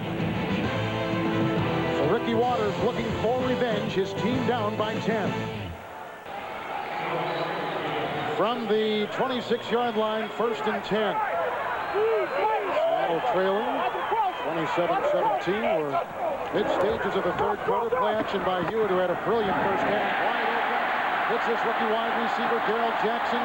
Chad Cota brings him down near midfield, 49-yard line, gain of 23 on the first play of this drive and the second offensive play of the 2nd half for Seattle. Their first one was a fumble by Ricky Watters. So now Seattle's got to make up some lost ground. You see right here, Ricky Watters getting the ball, but watch as you come into the backside of the screen. Josh Williams coming from your right. He strips him of the ball. And I think we should give Cornelius 2 here, because he's got it, and then he dropped it, and then picked it up again. So he might have moved up a little bit farther on that list. And that came after an 81-yard kickoff return up to the 49. 1st and 10 for Hewitt. Handoff to the aforementioned Ricky Waters, who plows down to the 46. A gain of 4 on the play. and tackled by Bernard Holsey. A veteran running back like Ricky Waters, who's accomplished the things that he has done in his career, it's not real important to get it back, but a young guy, you want to give him that football back, let him carry it again, let him reestablish his confidence.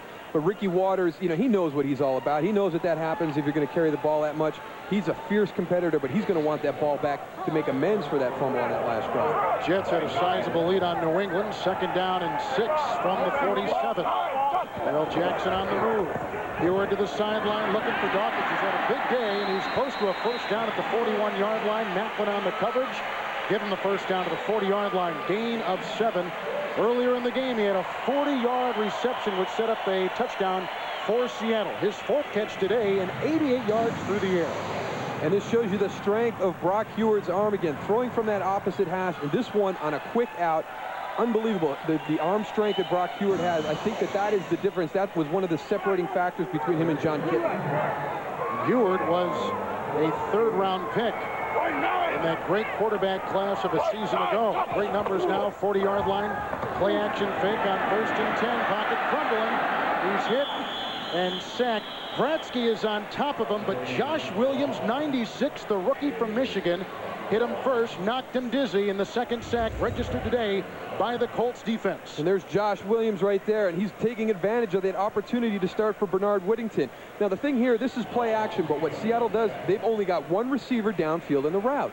Now, the Indianapolis Colts, they see the play action, they cover that guy. Brock Huard has nowhere to go, and none of his safety valves got out. Sean Alexander and Ricky Waters did not get out and give an opportunity to come down off the progression on that play. Williams making his first career start today. 2nd down, 13 at the 43. Hill, the tight end, on the move. McIntosh, the rookie right tackle, with the block. The time for Huard, and the pass incomplete for tight end Tulamili, who caught a touchdown pass back in the first half. It'd be interesting to see if there was maybe some footsteps involved right here, but Tulamili gets the clean release off the line of scrimmage. He just running a seam route right up the seam. Here comes Chad Cota. Maybe a little bit of a short arm there. You can't help but hear footsteps, can you? You hope that your quarterback doesn't put you in the position where you're kind of left out to hang a little bit. On that one, Chad Cota had the bullseye put between the 8 and the 9 on Itula. 3rd and 13, 43-yard line of the Colts. Huard blitzes on by Burris. Huard can't get away. Burris did it last week to Drew Bledsoe. He does it this week to Brock Huard. And a loss of 11 on the play, and the Seahawks have got to punt it away. You know, he's going to be coming from the outside right of your screen, or outside left of your screen. He's just coming off the slot receiver. Brock Huard has got to be able to see that coming. They will rotate a safety over the top to show it. Here he comes into the right side of your screen. Brock's just got to do a better job of recognizing that in his pre-snap reads. Jeff Feagles will punt, but they blow that ball dead before it had a chance to get going. You should take a look at Dick Hantak. Timeout, Indianapolis. Their first timeout. Hantak's crew was the only crew where every member went to the postseason. One of the best crews in the NFL. And Hantak, one of the best referees. And a timeout on the field. The Colts take it. 27-17, they lead. Kevin Harlan, Darrell Moose Johnston, and Beasley Reese here at Husky Stadium in Seattle. 4th down after a good sack by Burris of the Colt defense. And Jeff Feagles will boot it away. Terrence Wilkins awaits the punt inside the 15-yard line, and he'll take it as he bobbles it at the 18, then runs ahead and is finally brought down on the play by the man who snapped the ball, Jean-Philippe Darche. 36-yard punt. Timeout. It's the Indianapolis Colts on top of Seattle, 27-17, late stages, 3rd quarter. Kevin Harlan alongside Darrell Johnston, and there was a momentum swing early in this half, which has given it back to the Colts. A really huge momentum swing. The Seahawks come back, run the opening kickoff all the way back to Indianapolis' 20-yard line. They fumble on the next play. Indianapolis goes all the way down the field for the touchdown. Let's see if they can put it away right here on this drive. Down 10, shy of the 25-yard line for Peyton Manning. Right to work on 1st down. The blitzing linebacker Brown couldn't stop the pass to James. James forced out of bounds by Joseph at about the 23-yard line, a gain of 9 on 1st down. And now they're finally starting to get Edgerrin involved in the passing game. You know, we talked about it in the first half, how many different weapons they have, and I think we saw what a great running back he is when he has a football in the rushing part of the offense, but I still think that they're not utilizing him enough in the passing game. And now I know they got a lot of weapons out there in that passing game, but Edgerrin James is going to be able to create a lot of mismatches for your offense. Jim Finn is the fullback in, second down 1. Changing the play outside his own 33. You see a blitz here. It comes from Bellamy. Tries to get him back, but James gets him. But not before. James surges ahead for a first down to the 36. Thank you, Jim. Good information. Fluty's got a 21-6 starting record. Johnson was almost near 500. Mike Ditka talked about that on the pregame show today. First down after the run by James. 36-yard line. Good block by Glenn. Going deep is Manning. Down the sideline. Scott Harrison, who torches Willie Williams. Harrison with another big catch today. 39 yards down the side to the Seattle 22. Marvin Harrison just blowing right by Willie Williams. He gives him a little shove with the arm to create that separation, and he's just pulling away from him. And another excellently thrown long ball. We saw Brock here throw one earlier in the game, but here, look at the end of this play right here. Marvin Harrison, but the bad part is Marvin is still down right now. You kind of saw him come up with a little bit of a grimace on his face as he rolled out of the tackle. He's still down on their sideline. And literally falling off the field. They marked him out at the 25. His fifth catch today, 100 yards from Marvin Harrison. He has had 100 yards or more receiving in 9 of the last 11 games. And this is his 18th career 100-yard performance, the 5th this season. 5 in 6 games, not bad. Unbelievable. Incredible. The starter in the Pro Bowl a season ago. It seems to be getting a little bit more regularity. Yeah, and that stride as he goes back. Thank you for that, regularity. It's okay. He's great. You can see they had Johnson, Glenn, and Harrison, and then Eric Moles, who's an outstanding Buffalo Bills wide receiver.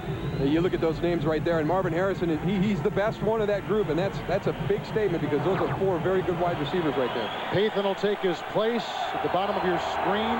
1st and 10 from the Seahawk 25. It's James with the block from Dilger. And he was upended by Willie Williams after a gain of 4 down near the 20-yard line. Dilger's done everything today. He's caught touchdown passes, and he has blocked, I think, exceptionally well in this offense. And that one right there, that's against Michael Sinclair, a defensive end. You know, a lot of times you see your tight end, he'll be matched up with that outside linebacker. But right there, that was Michael Sinclair. That should be an advantage to Seattle. Your tight end should not be able to walk your defensive end off the line of scrimmage and push him to the sideline. Second down and a short 6 inside the 21. Conventional 4-man rush. Here comes Cochran up the middle, but the pass is caught by Wilkins, who crosses the 15, picks up a first down to the 14-yard line, brought down by Chad Brown. Gain of 6 on the play, and get online and see what Pete Carroll had to say in his NFL.com game analysis piece, only on NFL.com. Working on the injured, I guess that's his left ankle, Marvin Harrison. Manning has hit his last 6. He's 17 of 25 throwing. He's got a first down at the 14-yard line. Hand off to James, a block by Pollard, a block by his wide receiver Pathan. And he's down to about the 10 on a gain of 5, and the tackle made by George Kuntz. That will mark him inside the 10. And that's the key to that. That's a gain of 5, and that it didn't look like anything. I mean, it really looked like when that play was run that Seattle had done a good job of defending it. But it's a gain of 5 yards, and it goes back to what Jim Morris said. The wide receivers are downfield blocking, and as you pointed out, the tight ends, Marcus Pollard and also Ken Dilger, just doing a great job. Marvin Harrison back in the game. It's second down and 5 inside the Seattle 10. Harrison there in the slot. James in the backfield at the side of Peyton Manning. Blitz is on. Here they come. The pass outside. Caught by Dilger. Wrestled down by Jay Bellamy from behind. He picks up 4. He's near the 5 and about a yard shy of a first down. And here comes one of those real critical third down plays. And when you get into the red zone, it's all about execution, not beating yourself. Last week, Peyton talked about the breakdowns and the blocking assignments. This is one of those real critical third downs that can really help you put this football game away at this stage. Get that 7 points and stop kicking these field goals. Tom Moore, the offensive coordinator, and Manning spend about as much time together as any offensive coordinator and the quarterback you'll find in the NFL. 3rd down and 1, shy of the 5. And off to James, a pulling block by Larry Moore, number 50 right there. A gain of 4 on the play. He's inside the 2. It's 1st and goal to go for the Indianapolis Colts with the tackle made by middle linebacker George Kuntz. And Edgerrin James is going to be coming right at you. And Seattle has not done a good job of adjusting to whatever it is that Peyton Manning is seeing in their defense. Every time he audibles, it's been a running play except for once. I mean, they've got to change something up. They've got to have something to counter this running game that they're running off the audible. 1st and goal at the 2. Handoff to James, follows the block. He is hit, but he goes in nonetheless for the touchdown. Tarek Glenn was in the end zone with him, and Anthony Simmons tried to grab him at about the 1. This guy's just too strong, too big to stop like that. You're not going to bring Edgerrin James down, especially down by the goal line. And again, we talked about this earlier. Watch the surge of these guys. Steve McKinney just walking Antonio Cochran back off the line of scrimmage. And they've done this on a regular basis throughout the day. The last play was a 3rd and short. That play is all attitude. This is 1st and goal at the 2-yard line. This is all attitude. The Indianapolis Colts offensive front has really taken huge strides into changing the way they play in the running game today. High snap pulled down by Smith. The Vanderjagt extra point is up and in. Edgerrin James with 3 rushing touchdowns today. Manning with the touchdown pass. And it's 34-17 Colts. Marvin Harrison has had a big role in this offense, but a career-high day of over 175 yards by Edgerrin James with his 3 rushing touchdowns. 34-17 the Colts. And Danny Kite's kickoff is picked up at the 10-yard line. The reverse to Fabian Bones. Bones takes it across the way. There's a block by Bellamy. He's being chased by the punter and by Rob Morris, and there's a flag down at the 30-yard line. 39-yard return as it stands right now. Bellamy may have been called on the clip. And I don't even know if he needed the block. And I don't know if he clipped him. Illegal block in the back. I don't even think he did that. Pete Rodriguez is a special teams coach for Seattle. One of the best in the business, trying to loosen things up here for the Seahawks. With no time remaining on the 3rd quarter clock, by the way, we're all at zeros. We're not zeros. The clock is at 0. Speak for yourself. Oh, okay. Illegal block in the back during the return. Number 20, 10-yard penalty. We called it. It will be 1st down Seattle. This is the conclusion of the 3rd quarter. There's Pete Rodriguez, the special teams coach, a little disheartened on that penalty. 34-17 the Colts. In an important early season game for them in the AFC East. We'll go to the 4th quarter and we'll return to Husky Stadium in Seattle right after this message and a word from your local CBS station. Here in Seattle today, the Colts on top 34-17. James 3 rushing touchdowns from the 15-yard line. Seattle will get it as we begin the 4th quarter here at Husky Stadium. A couple more years here, then they go to their brand new facility in downtown Seattle, and it will be, I'm told, absolutely gorgeous. Kevin Harlan, Daryl Johnston, and Beasley Reese in Seattle. With the threat of rain always here. It's dark and cloudy again today. And in baseball, the Seattle Mariners are playing against the New York Yankees down the road at Safeco Field. So 2 big sporting events in this great city on this mid-October Sunday afternoon. 1st down and 10 from the 15. Mealy's in motion, and Hewitt has had a very fine game throwing the ball as that one blown dead in mid-motion.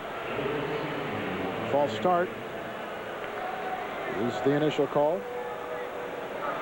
88 offense. False start simulating the start of a play. 5-yard penalty. 1st down. Thank you, Jim. He's vital. The Jets have won 2 consecutive games at Foxborough. Make it number 3 today. The pitch out to Ricky Williams on 1st and 15. Make it Ricky Waters, and out of bounds he goes after a gain of 3 on the play. I was thinking Ricky Williams. He had a big day for New Orleans today. Curtis Martin, a big day rushing for the New York Jets. Edgerrin James here, a big rushing day for the Indianapolis Colts. So running backs really making a stamp on this 7th week in the National Football League season. And up until this point, it has been the wide receivers that are making that big stamp. The 100-yard receivers compared to the 100-yard rushers, almost a 2-to-1 ratio up through week 6 last week. So, you know, finally the running backs starting to get the running games turned around. And you talked about Curtis Martin and Ricky Williams, and I think that is really an important part of establishing your offensive system. And you know, I know that you see what St. Louis has done. I think a lot of people are thinking about the passing game, but you want to be balanced and you want to be able to do a lot of different things in your offense. You better have a good running game. Well, you say balance. Last week the Colts threw twice as many times as they ran it. They established the run early today, and that has paid huge dividends. Ricky Williams, by the way, at New Orleans, over 130 yards on the ground, 4 high day, almost 180 rushing yards for Edgerrin James. 2nd down, 12, near the 13, and a block by Gene Kendall buys Brock Hewitt some time, and the pass was intended for James Williams and then dropped after a big hit. Morris, the rookie 94, and the veteran Cornelius Bennett on the scene.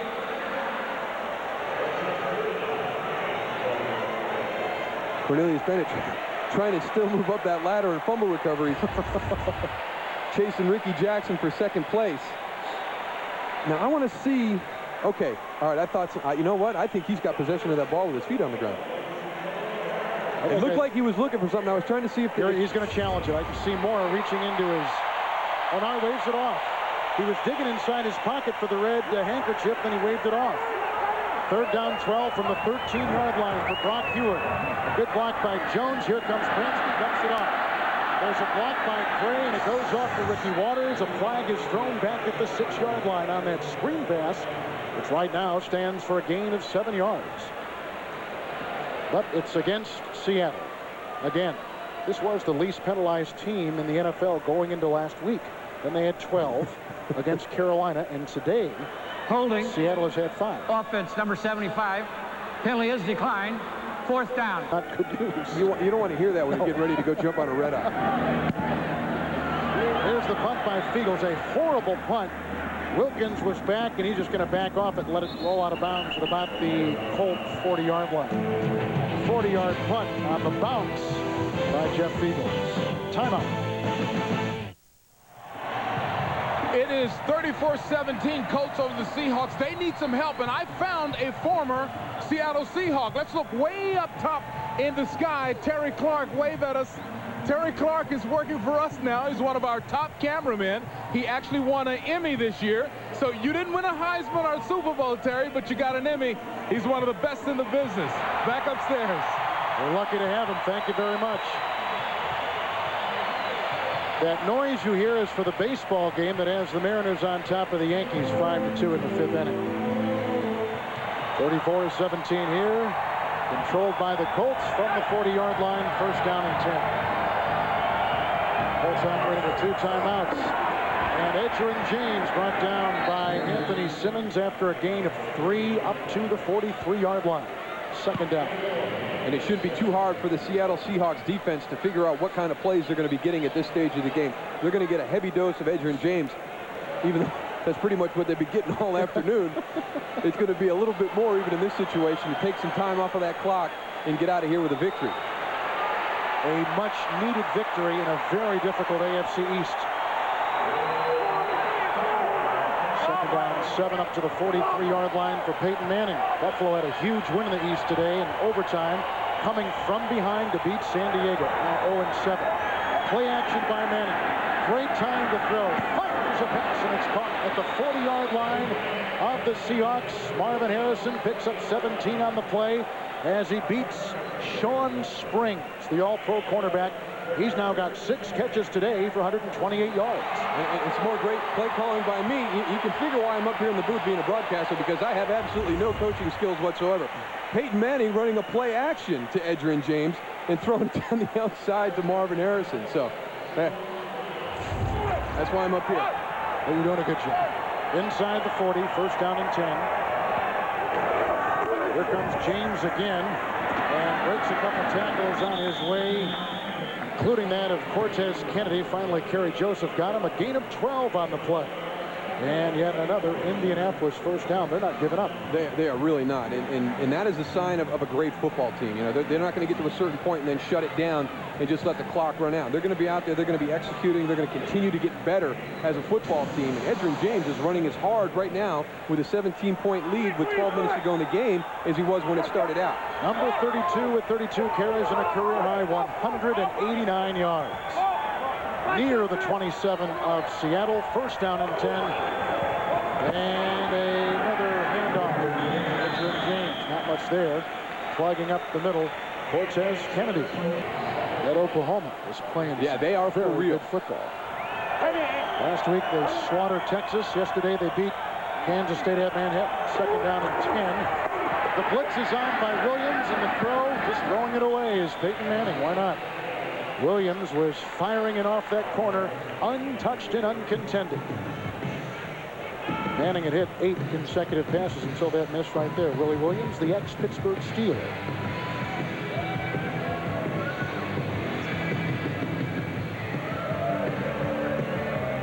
Mike Holmgren will not tell you he is rebuilding, but when he starts a couple rookies like today and puts in a second-year quarterback who makes just a second career start, he is indeed in a transitional phase. This team may not, you can call it transition, you can call it rebuilding. He likes to refer to it as restructuring. But whatever is being done here, it's being molded into a team that Mike Holmgren wants. Colts have been great on third down. On 3rd and 10 here, the pass caught by Marvin Harrison. He had to get inside the 18. He gets as far as the 22. It's a gain of about 5 on the play, and so they'll bring out Vanderjagt and try to tag on 3 more points to their already sizable 17-point lead.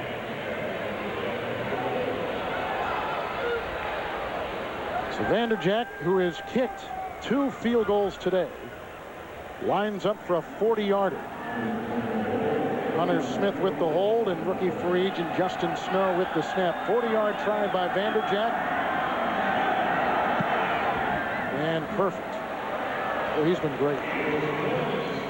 He's now kicked in the last 2 games, 3 of 3 at New England, 3 of 3 today. 6 in a row over the last couple games, including a game winner the game before at Buffalo. It's 37-17, the Colts in a romp. Colts have scored on 7 of their 8 possessions today, a commanding 20-point lead, 37-17 over Seattle. Danny Kite's kickoff after the Vanderjagt 40-yard field goal picked up by Rodgers. And he tries to dance outside, caught by Tony Blevins at about the 30 and dragged down at about the 33, 34-yard line. And that's a return of 28 yards. Well, we told you that Miami is idle at 5-1. The Jets are winning, the Colts are winning, so it could be 5-1 atop the division. The Colts in second place, and Buffalo winning today in overtime over San Diego. And boy, that's a game that you really didn't expect the Buffalo Bills to get into a tight battle with San Diego, a team really struggling, having to come all the way across the country. Buffalo in jeopardy of really falling behind in this AFC East race if they'd have lost that game today. 34-yard line, 1st and 10 for Hewitt. There's a quick pass, which is dropped by Sean Dawkins. He has had normally reliable receiving numbers today, but that time just dropped it. There were a lot of drops last week. Mike Holmgren said on the tape review that their coaching staff put in on the game, they dropped 8 in Carolina. Not as many today. AFC Central, big battle that Darrell and I will be at next week. Baltimore, Tennessee. And Pittsburgh winning for a 3rd consecutive time today. They beat Cincinnati last week, the Jets, week before Jacksonville. 2nd down and 10 by Hewitt. There's a pass, which is caught by fullback Max Strong. Gain of 5 and brought down by the linebackers, and he's out to about the 39-yard line. Oakland now with a 2-game lead on Kansas City and Denver. Denver's playing right now and winning, so they could go to 4-3 and go a half game up on the Chiefs. And Seattle has already lost 2 consecutive games coming into today. At a 2-5 record in that division, it's going to be very, very difficult. 3rd and 5 from the 39 for Brock Hewitt. Quick throws now, just throwing darts, and the rookie wide receiver Darrell Jackson gets that, and grabbing him is Chad Cota. Gain of 7 on the play, and a 1st down for the Seahawks up to the 46. and being efficient in their hurry-up offense set here right now, but being down 20 points at this point, you'd like to see him get down the field a little bit more, maybe a little bit more sense of urgency. Mike Holmgren is not the type of coach that concedes anything until it is over. Seattle with 3 timeouts. First and 10 at their own 46. Play action. Here comes Ellis Johnson. He was held by Kendall in a blatant move, and the penalty flags are on the field. Kendall is holding the left guard. Ellis Johnson was zeroing in on Brock Huard. It is a tough situation for the offensive linemen when they know that there's really no threat of the run. Those defensive linemen are going to have their ears pinned back coming upfield. Makes it very difficult for them in a situation where they know they're going to get that heavy rush. Holding. Offense, number 66, 10-yard penalty. Repeat the down. First down. Johnston, Beasley, Reese here at Husky Stadium in Seattle. First and 20 for the Seahawks inside the 36-yard line. And Brock Huard, his second career start today, the Seattle native, with a pretty good showing. Blocked by Jones. Now it's time for Huard, who throws outside to the tight end at Tula Neely. Tackle made by Belzer. It's a gain of 3, and it's up near the 40-yard line. The East, the Giants won today. Washington won today against Baltimore. Philadelphia was winning, yeah. Dallas lost, and Arizona's getting pounded by the Eagles. Philadelphia, to me, the team to watch in that division. New York and Washington, you know, at the top. But to me, the real surprise team that could have the big turnaround, the Eagles. Second down, 17 at the 39. Huard again. Oh, here comes the rush. He gets away from Ellis Johnson. Still on his feet. Chased by Jackson. And running his way up to the 49-yard line. Well shy of the first down. Had to get to the 44 of the Colts. A nice scrambling move nonetheless, and a gain of 9. Tackle made by Mike Peterson. The Central, Minnesota, Detroit, Tampa Bay, Green Bay playing and beating San Francisco right now. Chicago plays Minnesota. Is that tonight or is that tomorrow night? That is tonight. That is the Sunday night game tonight. Minnesota, I think, surprising a lot of people in that division. I think everybody had Tampa Bay listed as the champion in the Central. But Minnesota just looking like a very, very strong football team at this point. 3rd and 7 outside the 48. Here comes the rush. Nice move inside by Huard. Has to get down to the 44. And because he went head first and felt it, as you can see him grimacing right there, it may have picked the first down. If you slide feet first, it's where the ball lands, not where your feet are or where your knees are. But when you go head first, like any other guy running the ball, they mark it where you're down in the front part of your body, and because of that, they may have gotten the first down. But they've also got an injured quarterback. Yeah, you're going for that extra yard, but in this situation, you know, I think cooler heads prevail, and you slide into this position. He leaves his feet. You can see Mike Peterson comes across, gives him a nice shot in the ribs. You can see that he's got that flak jacket on, but boom, right there, right in the ribs. So yeah, I think he's looking for the wind right now. Hopefully just had the wind knocked out of him on the ground there.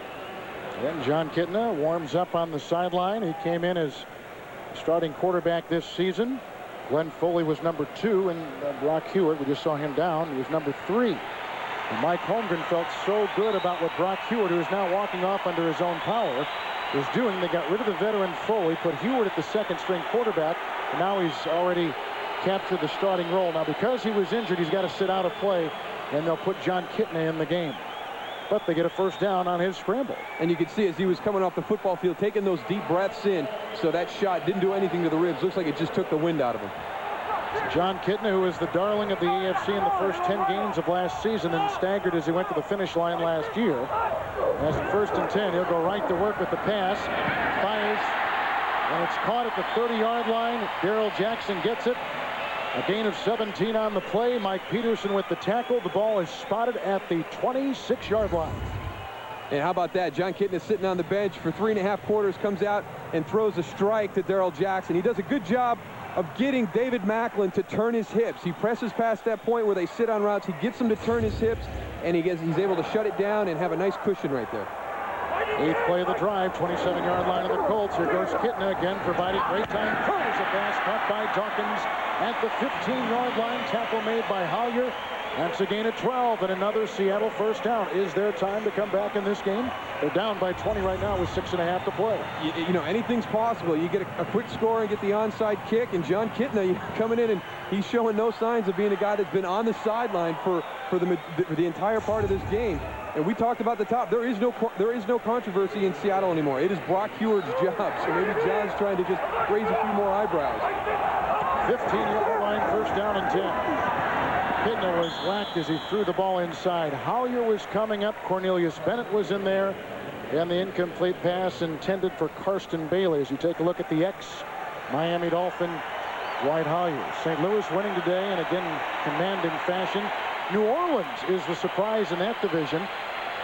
At 3-3, they won today with Ricky Williams, as we said, going over 130 yards rushing on the afternoon. And you just watch St. Louis play from week to week, and you wonder if anybody can even slow that football team down on the offensive side of the ball. Brock Huard back in the game, second down 10 at the 15-yard line. He's caught his breath. Let's see if he can catch the Colts snapping here. Huard throws, screen pass, blocked by Ricky Waters. He got a block on the play outside from Kendall and from Gray, and he picks up 14 yards. And he takes it inside the 2. Markham at the 1. First and goal to go, Seattle. You see Ricky Waters right here. He's going to do the screen. He gets up inside. He gets lost in the shuffle, pops outside. Watch him push people to the outside and then cut back in. He creates great blocking angles for his offensive linemen that are pulling for him. Usually you like to stay outside on that screen play, set somebody up and bounce to the outside, but Ricky did a good job of setting up those pulling offensive linemen to create some nice blocking angles. 2 tight ends, first and goal at the 1 for Huard. Fake handoff to Waters. Great block by Kendall to the end zone. Incomplete. He was looking for his tight end again, Neely. He was covered by Mike Peterson. Neely's already caught a touchdown pass today. It'll be second down and goal inside the 2. I'd like to see somebody check down on that route, though. You throw a little bit of a play action in. You've only got Itula Mealy as your receiver out in the pattern. I'd like to see Max Strong or Ricky Waters check down, maybe break to the flat or check down right over the ball to give Brock Huard another place to go if Itula is covered. Huard today, 18 of 24. He's thrown no interceptions now through 2 games. He has 2 touchdown passes today. Second down goal at the 1. Off the blitz by Bennett, who devours him at the 6-yard line. The 4th sack today by the Colts. The first by the blitzing Cornelius Bennett. They have 17 sacks in the last 3 games. This Colt defense is hitting on all cylinders. Here he is right here coming into the gap. Floyd Wiederburn right there has got to go down and get him. There's no way for Max Strong to get in there and get him. He stepped up right there. The right offensive guard, Floyd Wiederburn, has to go down. It's called a gap call. He's got to step down into that gap and make the adjustment with Max Strong. There is no way he can get there from the fullback position and get a hit on Cornelius Bennett. Seattle takes a timeout. It is autumn in the Pacific Northwest. Great to have you with us today from Husky Stadium in Seattle. 37-17, the Colts. It's third and goal at the 6 for Seattle. 13th play of the drive. The timeout taken moments ago by Seattle. The blitz is on, the pass in the end zone. Karsten Bailey, touchdown. His first career touchdown. A 6-yard grab. And for Huard, the 3rd touchdown he has thrown today in his 2nd NFL start. A nice adjustment by Karsten Bailey. This ball is thrown about the only place it can and be caught. You'll watch it's going to be thrown a little bit short, a little bit underthrown, and that play is so hard to defend because the defender has his back turned. You can see Jeff Burris. He tries to turn as he sees Karsten coming back, but it's already too late. Ryan Lindell, who had a 51-yard field goal before halftime, boots in the extra point. You better believe he'll hold on to that ball and cradle it. His first career touchdown reception. He was a 3rd-round pick. Season ago out of Auburn. Let's send it downstairs to Beasley Reese. All right, thanks a lot, guys. Seattle really doing a good job trying to fight, even though it looks kind of tough for them right now. A couple of serious momentum killers in this football game. I think you can always find a couple of plays like that. It would be Ryan Lindell missing that 21-yard field goal, and Ricky Waters with the big momentum killer, fumbling after an 81-yard return by Rodgers. A couple of other notes. Indianapolis, I don't think they punted all day long. And you've got to wonder whether or not they should consider taking Edgerrin James out of the game at this point. Back upstairs. Good points, and maybe they should take James out. Of course, the backup situation for Jim Mora's team is a little bit questionable. They have a rookie free agent back there, and right now I'm sure they just want to run out the clock and make sure they get out of here with a win. Yeah, and I'm sure Kevin McDougal wouldn't mind that, because that would be his first chance to carry the ball in the NFL regular season. So, but you know, Edgerrin James, you know, it's hard to say. You know, a lot of coaches will go back and forth on that decision. You know, we've played in Dallas when Emmett.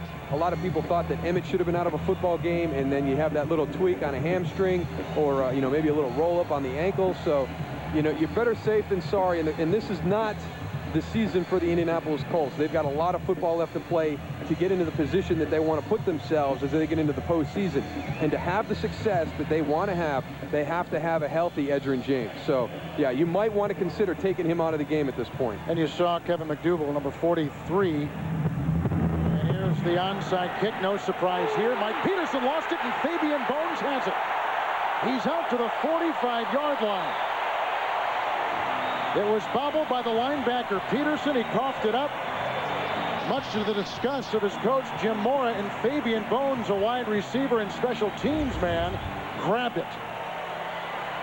And, you know, this is just, it's similar to the Hail Mary pass. You know, you don't expect to convert a lot of onside kicks, but the interesting thing to me is with the guys that you have on the Indianapolis Colts football team, the hands at the tight end position, in the running back position, and the wideout position, what is a linebacker doing on the front line? Although it was a linebacker, 56, James Logan, which drilled Peterson and forced the fumble. So now out to the 43-yard line, 1st and 10 for Brock Heward.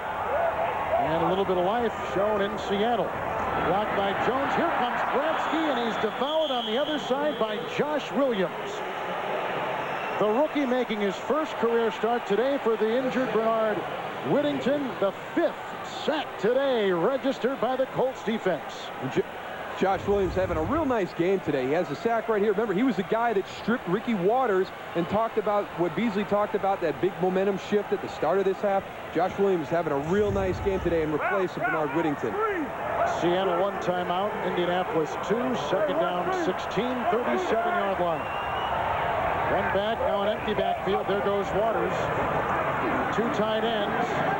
Good block by McIntosh, and that pass is intercepted by Chad Cota.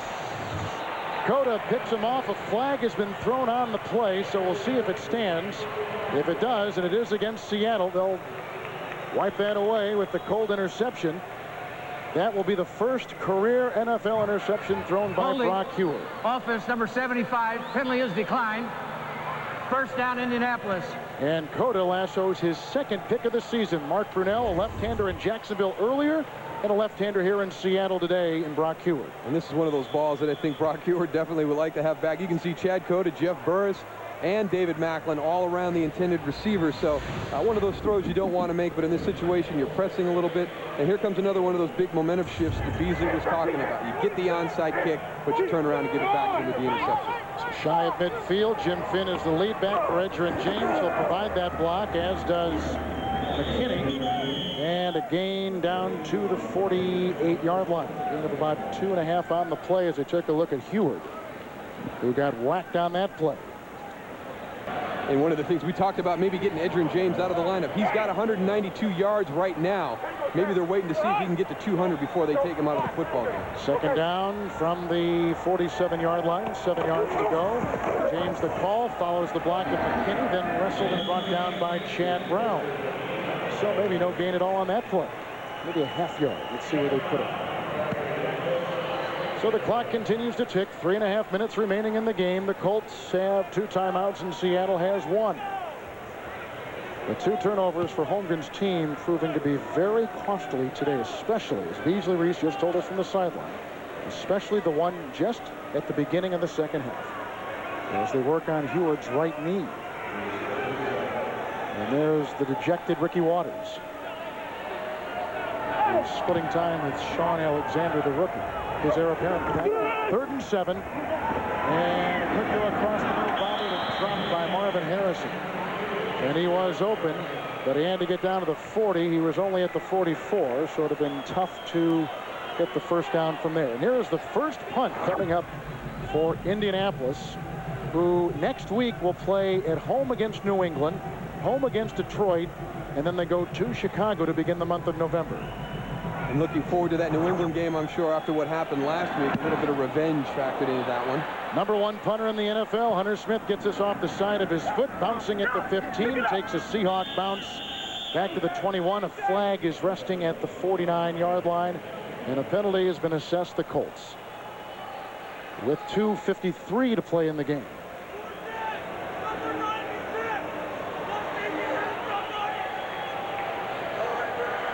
Do it again, he says. Pushing back. Holding. Offense, number 48. 10-yard penalty.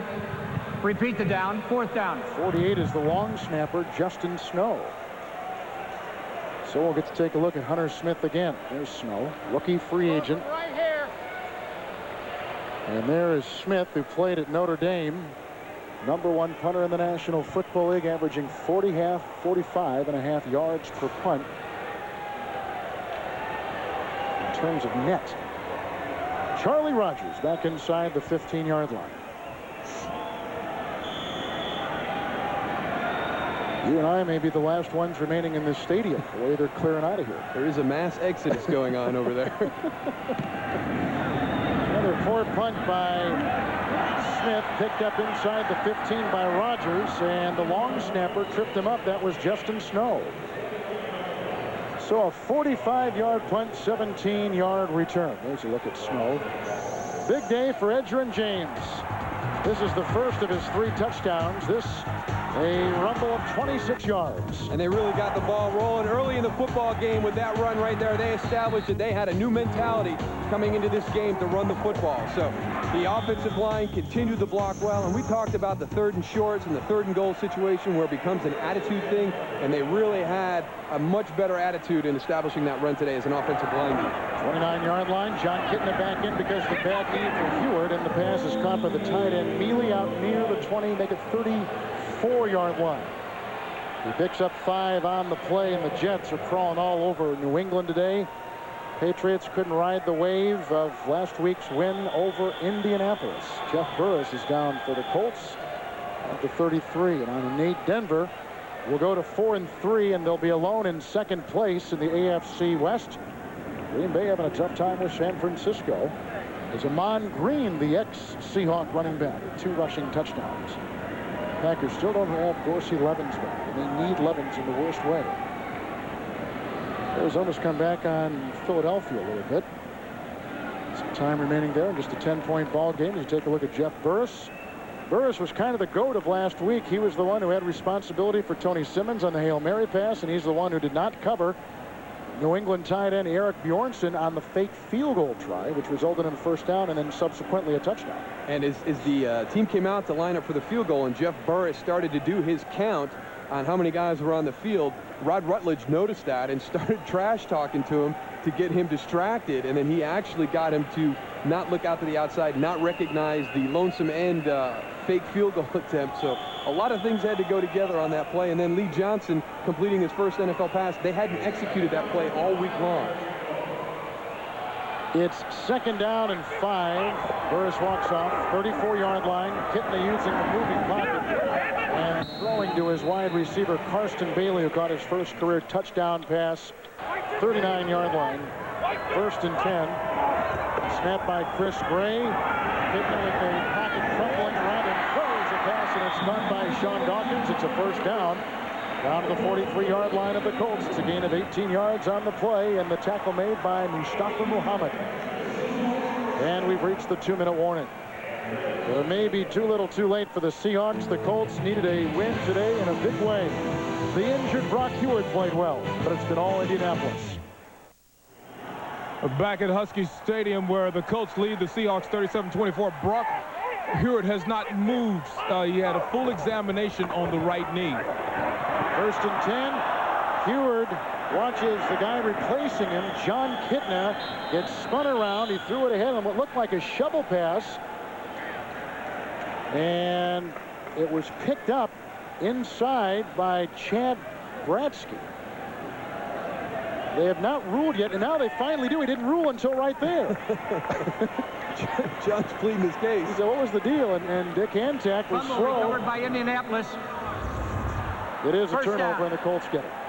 Well, we're going to get a close look at this one right here. We'll see what happened. Ellis Johnson. Oh yeah, he didn't pitch that one forward. Fumble. Beasley, what do you have? Well, I'm still looking at Brock Hewitt as they work on his right knee. It's a full examination, the kind where they check the stability of the knee. They're pulling on the joint, moving it back and forth. A few minutes ago, Brock was describing to the doctors and trainers exactly what happened. So we certainly hope that he's okay, but it is a little more than a little bump back upstairs. All right. John Kidna just fumbled it away. One of the reasons why he was pulled in the first place. 48-yard line. First down and 10. Manning gives off to Edgerrin James. Wrapped up by Chad Brown. 47-yard line. No gain on the play. Why play James now? Yeah, you know, you had an opportunity on the last drive to get your 200 yards. Timeout taken by Seattle. 1:45 to play, and that is Seattle's final timeout of the game. But with him not getting that done on the last drive, when you come back in this situation, you take a knee. You don't continue to run, Edgerrin. You talk to him. You say, hey, we gave you a shot on that last series to get your 200 yards. You didn't make it. We need you healthy for the rest of the season. Well, he is only 4 yards away from the all-time Colts rushing record. That encompasses a lot of years, of course. Yes, it does. Michie and Lydell Mitchell and Lenny Moore. I mean, and of course, Eric Dickerson. You got Marshall Falk. You got a lot of guys, a lot of great running backs in the history of this franchise. And I'm sure that he had to talk to Jim Moore about getting this opportunity, because I don't see Jim Moore as a coach that would let that go on. The handoff goes to James, who dances his way into the clutches of Kerry Joseph. But it wasn't any of those names. You know who it was? Norm Boulash. Oh, really? 196 yards, and he kind of played the same position, I believe, that you played, right? Norm is down in Dallas right now, and I know Norm very well. And yeah, I think they got to get Edgerrin off the field right now and make sure he's healthy the rest of the game. We got to preserve that record for Norm also. But he's a great guy, man. That's awesome. The guy who then played at Miami after he had many great years with the then Baltimore Colts. 3rd down and 8. So he's 1 yard away from the Colt record. And tying that. 2 to break it. And I'm sure the Colts are very well aware of what's at stake. Pollard with the lead block. Here he goes. He's got the record. Breaking tackles and chased downfield by Riddick Parker. And puts a stamp and an exclamation mark on what has been a historic day for the Colts organization. And in particular, Edgerrin James, a 25-yard gallop and a first down to the 25. And here's your key. Marcus Pollard coming across on a long trap. Michael Sinclair again. He's got to squeeze that hole and collapse that hole. He can't let Marcus Pollard come in and kick him out like that. Edgerrin James gets up inside the hole, and there's the play we've all been waiting for, is for Payton to take a knee. But that's a great job by the Colts coaching staff. I guess if it's that close to the Colts record and the 200 yards, but they were really rolling the dice there with a chance for an injury to a key player on their football team. So in an early season important game for Jim Moore, he comes out of Seattle with the win, 37-24. Historic day for Edgerrin James. And now the Indianapolis Colts have won 9 of their last 11 games. They go to 4-2. And the Seahawks have lost 3 in a row. They drop to 2-5. Now for Darrell Johnston and Beasley Reese, Kevin Harlan saying so long from Husky Stadium in Seattle, where the final score, Colts 37, Seahawks 24. Coming up next on CBS, 60 Minutes except on the West Coast, followed by Touched by an Angel and the CBS Sunday Night Movie.